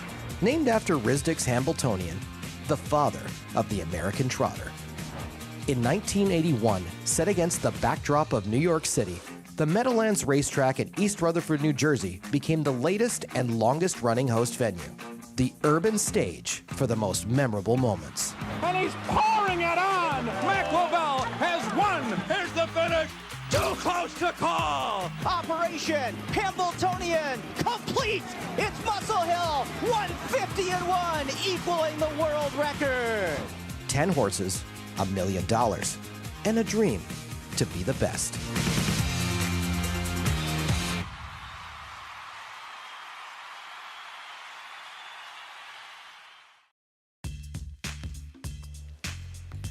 Welcome back to America's Day at the Races here on FS2. The 3-year-old Colt and Gelding Pace. Congratulations to the 6 Sippin' on Sea-Rock 3-year-old Colt down by the seaside at a Queen Anne M. Yannick Gingras, Ron Burke, Hall of Fame connections teaming up and getting the victory. And on a night where we had a lot of big names coming into the night, a lot of big superstars, sometimes you tend to forget some of these Hall of Fame connections, but sipping on Sea-Rock, talked about his 2-year-old season. He definitely fit, and he got the job done here tonight. Bred by Trent Stoller, the stable, and Alicia Binkley. Yeah, his 3-year-old season hasn't been bad either. You know, going 6 for 14. He's had some moments where he's been in and out, but for the most part, they were good moments. And let's not forget, last year he just missed winning the 2-year-old race by a head in the Breeders' Crown. Another tough performance there for Lou Print there, as he does not get it done there in the final. But Gabe, Jenna, where does that leave us? I mean, you take a look at some of the performances here tonight. There were some big names coming in and some titles that could have been on the line. Does this change your thoughts at all on what we've seen, on some of your Horse of the Year thoughts maybe in these divisions? You know, I don't think so, Chris, because, you know, really, the others haven't really progressed, I don't think, to the point, that they can maybe still capture this title from Lou Print. We'll see how the voters declare that. I mean, Lou Print is going to have 2 consecutive losses. This could be the last time we see him all year. Number 2 in the top 10 poll, Twin B Joe Fresh. And, of course, the unfortunate scratch of her a little earlier on tonight's card. I suppose if we're going to take a different path, Jenna, is it possible that the undefeated Bojangles, who we saw here last night, 2-year-old colt, 12 for 12, has he done enough that his resume can compare to Lou Print what he's done all season? I don't know, Gabe. That's a tough one. Obviously, he has been so good up here in Canada, but we haven't even seen a start south of the border, so that's kind of hard. I don't necessarily, think almost glad I don't get a vote this year for it, because that's a tough one. I think the voters are really going to have to come together. Bojangles, take nothing away from him, probably Canadian Horse of the Year, but crazy that he doesn't have a start in the States. Does that, does that maybe make it tough for the voters to make it for the Ushua Award Well, most side? of the voters are in the States, would obviously pay particularly close attention. The other filly, Yotilli, I mean, she's only 1 loss in the season, 11 of 12 now. Had she stayed undefeated, that narrow loss could, affect her a little bit in the voters' minds, guys. But, I still think the body of work, Lou Print, he's obviously had a little bit of a wild season. He started off on a tear, missed a little bit of time due to an injury.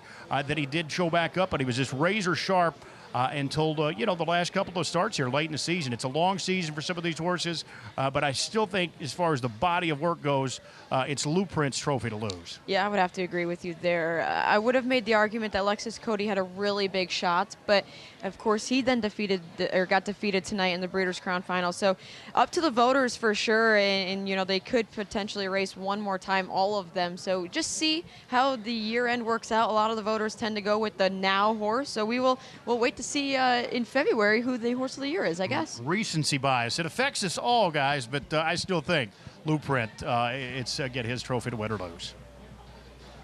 Thanks so much, guys. I'm going to have to pose that question to you, too, Paul, because it sounds like it's body of work. What have you done during the year? And what have you done for me lately? Because that's where you kind of end up as a voter when you start taking a look at Horse of the Year. What are your thoughts? I think the what have you done for me lately from the standpoint of voting always takes precedence sometimes, just simply because, people like what they see in that moment and don't take into consideration what happened. But I think from a standpoint of what he's done all year, and then having come back from the injury he had and to race as well as he did as well, and to come back strong, I think, to me, there really isn't much of an argument. I think Lou Print still gets it at the end of the day. Yeah, you do have that body of work and throughout the year. If you did win lately, I mean, that's where Bojangles really comes in the conversation. I mean, you talk about a 2-year-old, and I know it seems to be there's some question marks there because these few races does not make a whole body of work a whole year, but we'll find out. It just comes down to the votes. We're going to come on back. We got one more final still. We've seen so much going on here tonight. We still got one more Breeders' Crown final to go. Come on back. Still one more here on America's Day at the Races. The Central Ontario Standardbred Association is working with you to ensure a vibrant horse racing community. Shared stories call for a united voice. That's COSA, representing the interests of horse people racing at Ontario racetracks. So whether you're first, last, or somewhere in between, we've got your back. With insurance, benefits, free lifetime memberships, and more. COSA. Follow our stories on social and check out the process at cosaonline.com.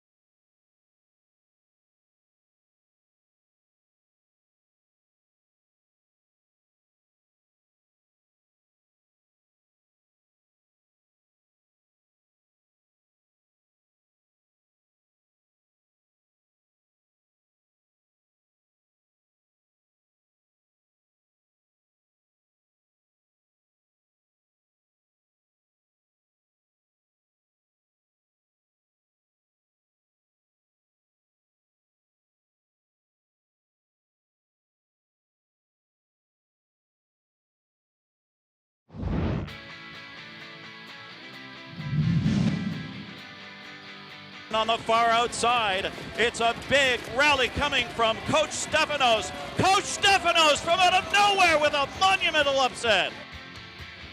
And you take a look at Coach Stefanos back in the 2024 Breeders' Crown Open Pace. Tremendous victory from off the pace that evening. And Coach Stefanos, he's back in here tonight. We got our 9th race coming up, $600,000, but going to have to come from the clouds to do it. That race was wild, man. We were on set literally by the finish line, and Gabe and I just looked at each other, and like, no horse comes from that far back at the top of the stretch from 9th and just rallies and sweeps the field like that when the race came apart, and he did it. It was impressive to watch. It was a big number, too. It's been a tremendous night with a lot going on at Woodbine Mohawk throughout the evening, hosting the Breeders' Crown this year in 2025. You do take a look at this 9th race coming up, $600,000 purse, a 1 mile pace. This open pace, Irvin Hanover is 8-5. Is the 5 Dexter Dunn? Will he get to the winner's circle here with Irvin Hanover? What say you? And taking a look at his elimination, that was elimination number 1. He's got a good chance right here. I mean, you talk about a horse that was relentless in this spot, too. And think about that, kind of made the first over move into the race. And, you know, it took the length of the stretch for him to finally go by. But, I mean, they threw down in that spot to the finish. So, you know, you could go back and look at a race like even his Canadian Pacing Derby, and he got beaten there, but it's still a solid effort in here.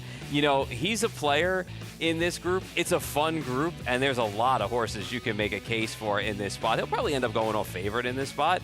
But, yeah, there's lots to like about him. I like horses that fight and that can get you to the line and want to give you that extra push to get there, and he's definitely one of them. Yeah, those eliminations have really kind of told us quite a bit here about what's going to happen in the following week, and we're going to talk about Ken Hanover next, who's going to be the number 2 here on the evening, coming out of that elimination, which would have been elimination number 2 last week. And taking a look at this effort here, Maximus Mickey's in there and Ken Hanover. You know, the trip.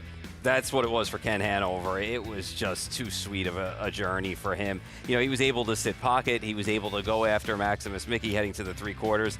Steamrolled home in 25 flat. You know, I'll say this, man, I'll be fair. I always am. I'm not his biggest fan, and I've given him some grief this year, you know, but he looked like a beast. You know, from the minute he stepped on the track last week, watching him in the prelims and everything, and you know, he was solid in that spot and beat a horse like Maximus Mickey, who was good in his own right. So I got to tell you, he's another player in here. Like I said, you can make cases for about 5 or 6 of them in this spot tonight, and take the price that you like the best, I guess. I mean, I think I think I settled on a horse that's going to be second choice in here. So, I mean, I'm not much help in the price department like I was last race, but we'll see how the betting shakes out. Yeah, you're still on a high there from your 9-2 victory there off of your nice listen, victory. I'll take what I can get, man. Yeah. Listen, you gotta be able to spot the victories and enjoy them. The 2, 3, 4, and 5 all by the sire Captain Treacherous, as it is Breeders' Crown. It is one more. We've seen 11 of them so far. We've still got one more to go, and it's nice to see these veteran campaigners, of course, in this open pace coming up. Here in the paddock, taking a look with the preparations, and these veteran types, they're just used to this. They know exactly what's going on. Well, that's the good thing about these horses, especially when they get to be this age or have been around this long. A lot of them are low-key. Of course, you're going to get some that are going to be high-strung, but they know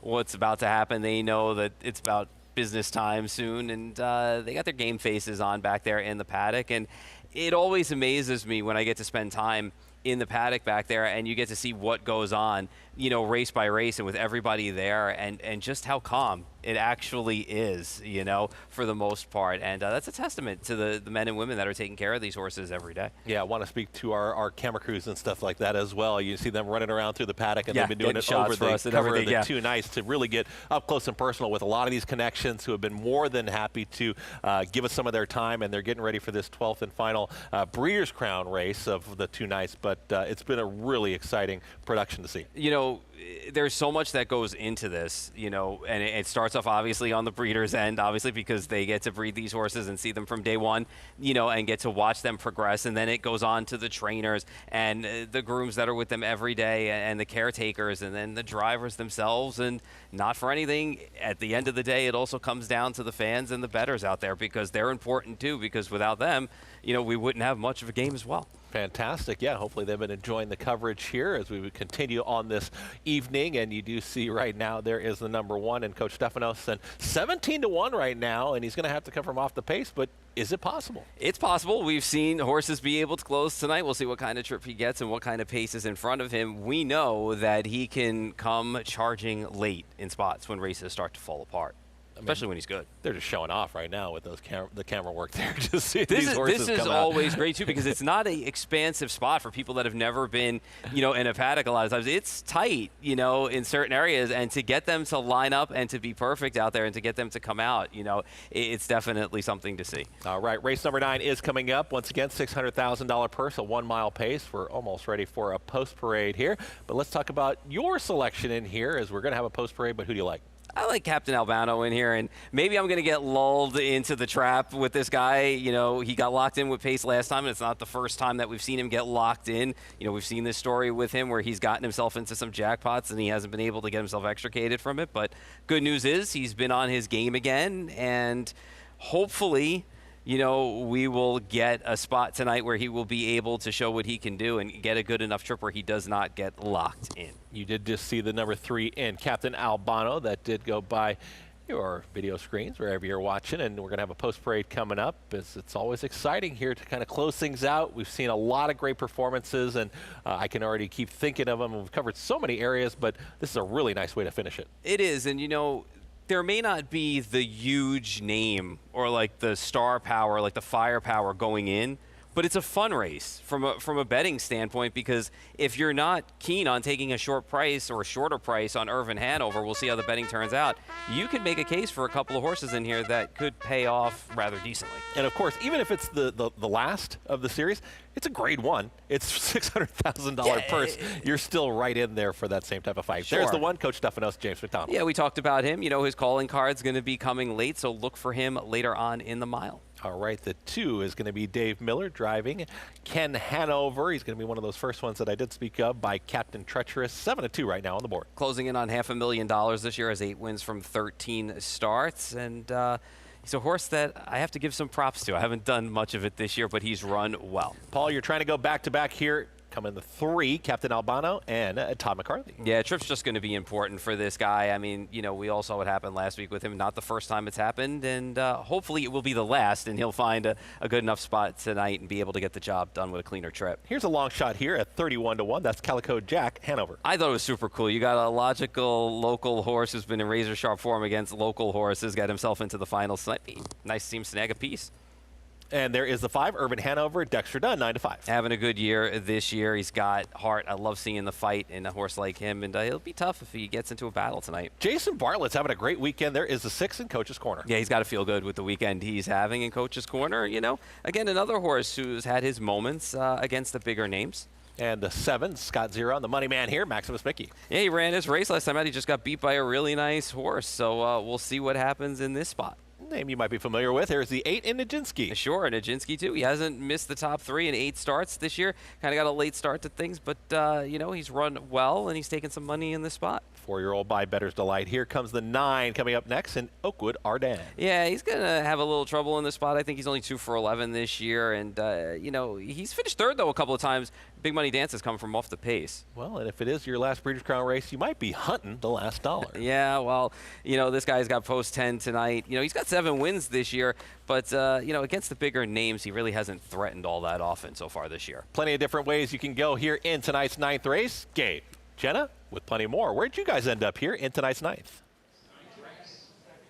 Well, I might be a little bit late to the party, Chris Griffin, because, this was, I thought, one of the more wide-open groups over this 12-race championship series the last couple of nights, Jetta, but we've already seen some major upsets, so I missed the party there. Hopefully we'll show up for another one here. I just thought this was a wide-open affair. It's one of the groups we look forward to most each and every fall here as part of the Breeders' Crown. It's the open-paced, literally open to everyone here, typically 4-year-olds and up. But it's a field of 10 here that have made over $13 million combined. I took a swing against the favorite Irvin Hanover. Jet, I went to the 7 Maximus Mickey. I thought this could be a torrid tempo. There's the horse that took advantage of a torrid tempo last year, Coach Stefanos. He was the 13-1 upsetter. He's up there a little better than that tonight, 19-1. But again, Maximus Mickey, just hoping for a quick pace here. Scott Zeron, we saw with the big upset earlier on the card. teams up here at Tom Cancel area, but this is a race really where we're almost all across the board. I think that makes a lot of sense there. You can see our selections are spread out, but right now, Jetta, your top choice, Irvin Hanover, who was dead game in his elimination last week. He was a neck winner, starts from a good spot tonight. Dexter Dunn drives for the leading trainer here on the Woodbine Mohawk Circuit, Dave Mare. Yeah, and he's been racing well over the course of the last few starts. He's riding a win streak coming into today, 4-race win streak. He was so good back in earlier in the summer at Scioto, where he was out a long way, and he was just a nose winner there. He then followed up with a good effort, another one in Ohio at the Dayton Derby, a neck winner to Captain Albano, and he followed it up last week in that Breeders' Crown. You know, Louis Waugh had a tough choice to make for the eliminations, Irvin Hanover or Nijinsky. He stuck with Nijinsky. Not bad when you get to pick up Dexter Dunn on the bike. And that was a gutsy effort last time out by Irvin Hanover. One thing I thought there wouldn't be in this race is a heavy favorite, and 9-5, not too bad. Now clicked up to 2-1. That's more, kind of where I thought the Rome would be. 2-1 favorite, Irvin Hanover. He has just been so good, Gabe. I'll look for him to add another win to his resume. Looks good out there on the track there with driver Dexter Dunn. You see him right there now on the monitor. The other horse I thought would take play here and has clicked down now. Was just 7-2, now down to 5-2. That is Ken Hanover. He won the other elimination. He couldn't have been more impressive there. He did have a perfect trip to Wedajetta, but just a sparkling effort in 147-3. Trainer Roland Maller was quoted as saying this guy had a lung infection about 5 or 6 weeks ago, which that makes a lot of sense. He had a couple of, I would call it dull for him, fifth-place efforts. Since they got that cleaned up, speaking of the two Ken Hanover, he's won 2 in a row. He looks back to his old self again, and he's getting some steam up there right now at 5-2. Not something you see too often here. 24-4 last quarter for this 5-year-old son of Captain Treacherous. That's incredible, Gabe. We've been seeing more 25-second last quarters, 24-4. That might be the first time in my career that I have seen that. He angled off of a Maximus Mickey, and that was really the winning move. And he was confident down by the wire as well. David Miller, been the regular pilot on this guy all season, and he has just had the utmost confidence in him as well. 5-2 sounds about right. I think they might, banter back and forth a little bit more as we get closer to post time. Yeah, a little bit of a jump on who's going to end up as the favorite. Jessica Otten, it's her final Breeders' Crown Championship over what has been a fantastic weekend here at Woodbine Mohawk Park. We've saved, maybe the best for last. Great group here. Who do you like in the 9th? Oh, guys, it is a really good group of horses here, and I really thought there would be a wide-open betting board. Now, I will admit, I am one of the biggest Maximus Mickey fans that there is. I followed him through and through throughout his campaign this season, but Ken Hanover, wow, he really caught my eye again last week. He looked like himself back down in Lexington, Kentucky a couple of starts ago, and he got the job done there at the Red Mile. Then he came back here last week, 24-4, as Jenna was talking about there. You just don't see that. He sat the pocket behind Maximus Mickey. He's got 8 wins from 13 starts this season. And the Buckeye, David Miller, he's been a perfect fit for this guy throughout his entire career as well. He went on a bit of a roll there earlier on in the season, went in a bit of a lull, but he's come back and he looks like he's sharper and better than ever. Good post to work with, obviously, with winning that elimination. They drew 1 through 6. He gets the 2-hole. Irvin Hanover gets the 5-hole. That was the other elimination winner there. But I'm telling you what, through and through that this group from top to bottom is a good group of horses. Irvin Hanover, he's the local star here. He's taken on Grand Circuit Company elsewhere, beaten them, picked up Dexter Dunn last time out for the first time. Captain Albano, Coach Stefanos, Maximus Mickey, Nijinsky, those ones come to the outside of the gate. So I think it's going to be a really, really good race. As I'm excited to see what happens here because there's a lot of talent, but I'm going to stick with Ken Hanover on top. Looks like he's 5-2 right now on the board for the Buckeye, Dave Miller. Back to you guys.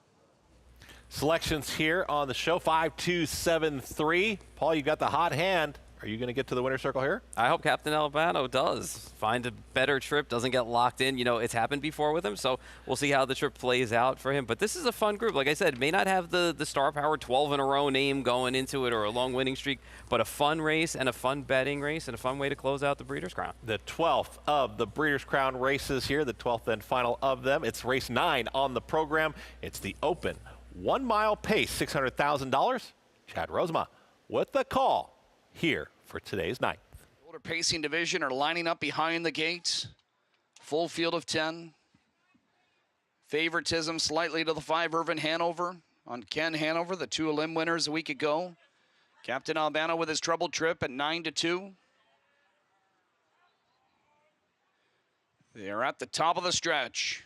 We're set to go for the Grade 1 Breeders' Crown Final open pace.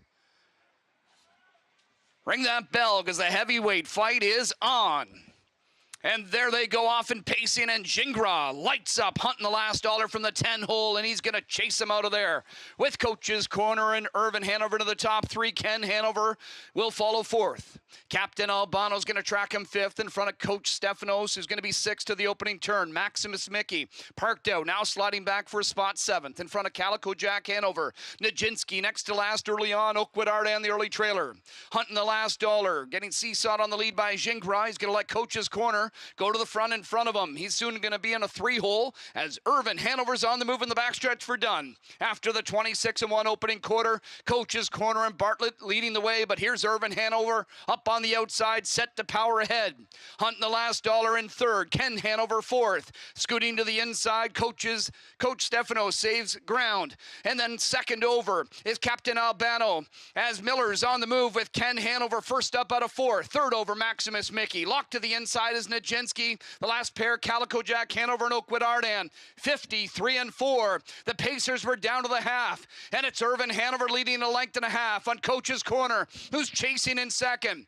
On the outside up to third is Ken Hanover. He's within about three of leader Irvin Hanover, who gets him to the third panel in 120 flat, and he turns for the stretch, and it's Irvin Hanover leading them by three. Here's Ken Hanover on the outside, trying to reel him in, and Coach's Corner chasing. From the back is Maximus Mickey. Coach Stefanos making a break, hunting the last dollar. Irvin Hanover, though, still leading by a comfortable margin, and Irvin Hanover, strength from start to finish. He won't be caught. What a way to finish here. It's Irvin Hanover. Powerful. How about 146-2, ladies and gentlemen?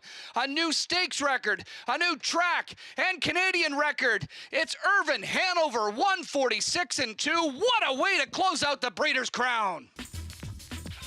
And a tremendous performance there from Irvin Hanover and Dexter Dunn. He's going to finish things off here. Not six like last year, but he finished things off, and it was an impressive performance from Irvin Hanover. Gabe, Jenna, what'd you see? Yeah, I think this is what we call an exclamation point from driver Dexter Dunn with Irvin Hanover just to coast home here. They're going to tack out another trophy for the leading breeders of the Breeders' Crown Series all time, the Hanover Shoe Farms. There's trader Dave Baderi. Again, he's a leading trader here at Woodbine Mohawk Park, so a nice win for Dave and the Connections. But this was a huge effort. And by the way, Jedi, in 146-2, you heard a new record. The record he just defeated was the great Bulldog Hanover. That was 2022. That was the last time the Breeders' Crown here was at Woodbine Mohawk Park. 146-4 win for the Bulldog. So rare air here for Irvin Hanover. That's crazy. He extends the win streak to 5 in a row, Gabe. And, we knew the horse that Bulldog Hanover was, regardless of the weather that night. It's quite chilly here up in Canada here tonight. 146-2 for these conditions is so impressive. And nobody more deserving to get their Breeders' Crown trophy here tonight than Dave Baneri. This guy's been well traveled throughout the course of his 5-year-old season as well. But wow, what an exclamation point, as they said, for driver Dexter Dunn. He gets his second crown of the night. Just a tremendous season for this guy. Took all the late team here 6-5. I will co-sign on that. Very chilly, I think I'd go with, guys. We're in the upper 30s here late in the card, but a red-hot Irvin Hanover captures our final Breeders' Crown Championship.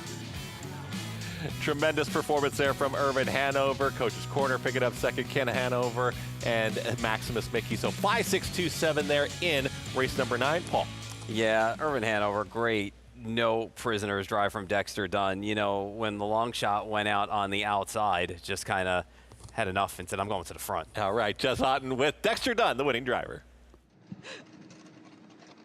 Thanks, guys. Winning driver Dexter Dunn here. First and foremost, Dex, not a bad pickup last week.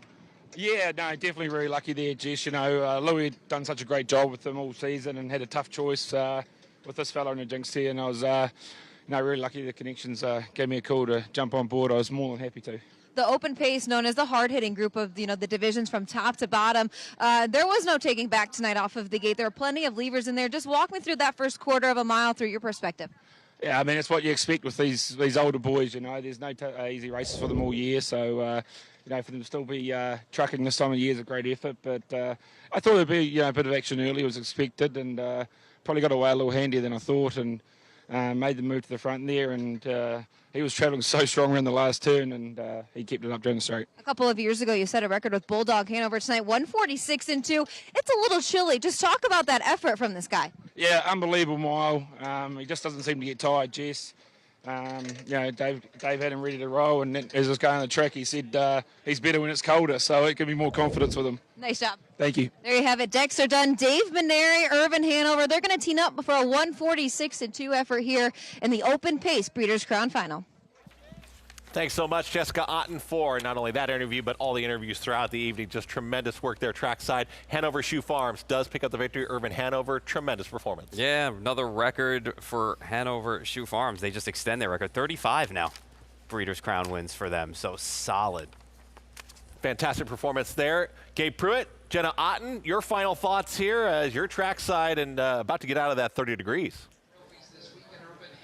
Yeah, one thing about it, Chris, I'm not sure I'm like Irvin Hanover. I'm not sure I'm quite so good when it gets cold, Jetta. But the one thing about the Breeders' Crown, it just never disappoints. It really doesn't. This is a race that everybody in the business looks forward to all season long. It's crazy that it's over now, and no disappointments really. Such good efforts throughout the whole program last night and tonight. And again, crazy that it's over. But what a show put on here by Woodbine at Mohawk Park, and really just an excellent Breeders' Crown for 2025. Yeah, it really was. They're always a fantastic host. This year, no different, guys. A string of upsets throughout the card tonight, but it was the favorite here. As you see, Irvin Hanover and his connections trackside to polish it off. Always a great time at the Breeders' Crown.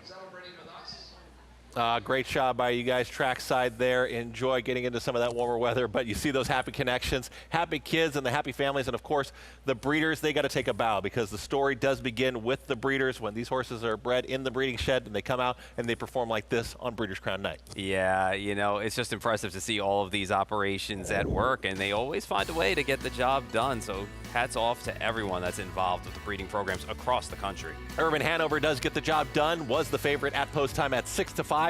You see some of those nice payouts. We saw tremendous payouts throughout the following 2 days, or the last 2 days, I should say, over all the races, and you do see some of those winners payouts. We had a dead heat there between the 4 and the 5 earlier on the card. Yotilli, Meshuggah at $127 on the return. We saw everything. Yeah, we saw a little bit of everything over the course of the last 2 days. It's going to be fun. Some of these horses will have one more start this year, and some will now take some well-rested time off and get ready for next season. And some will go to the breeding shed. It's a lot of fun, and we had a great weekend, and hats off to everyone up and down, both in front and behind the scenes. They do a great job. Tremendous performances all around. Tremendous performances right there at Woodbine Mohawk.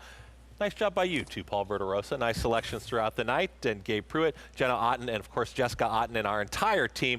They're working trackside, but it was a tremendous, tremendous Breeders' Crown at Woodbine Mohawk. Hopefully you enjoyed it wherever you were watching us and getting involved. And we saw some tremendous action. Our next show is going to be tomorrow from 1 to 5:30. Make sure you check your local listings. Meshuggah was a big long shot moving through towards the inside. Got the job done in that 3-year-old Colt Trot. And then we saw another big performance there from some of our top horses in the game. That's French Wine for Nancy Tactor, right to the winner's circle. Breeders' Crown 2025, that's a wrap. We'll see you next year at Scioto Downs.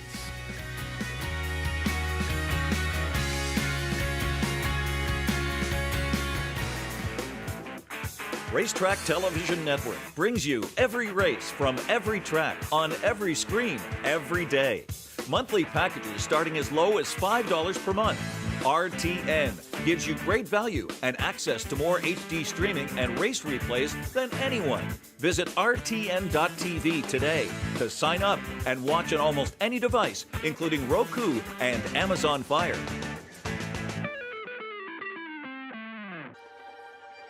You're never more here than when you're here. Here is more than just a horse race. Here is where you want to be. And here's the horse that's going to make it happen. They're off in the Breeders' Cup. Here she is, coming around the final turn. Another stretch. Making sure that this year, you won't be anywhere else, but here. Nobody wants to fall into a safety net, but when adversity or hardship presents itself, it beats the alternative. Since 1943, the Jockey Club Safety Net Foundation has been serving those individuals and families in need across every facet of the thoroughbred industry. Help us continue to be the safety net and catch those most in need. Visit tjcfoundation.org to learn more. The 2025 Global Symposium on Racing.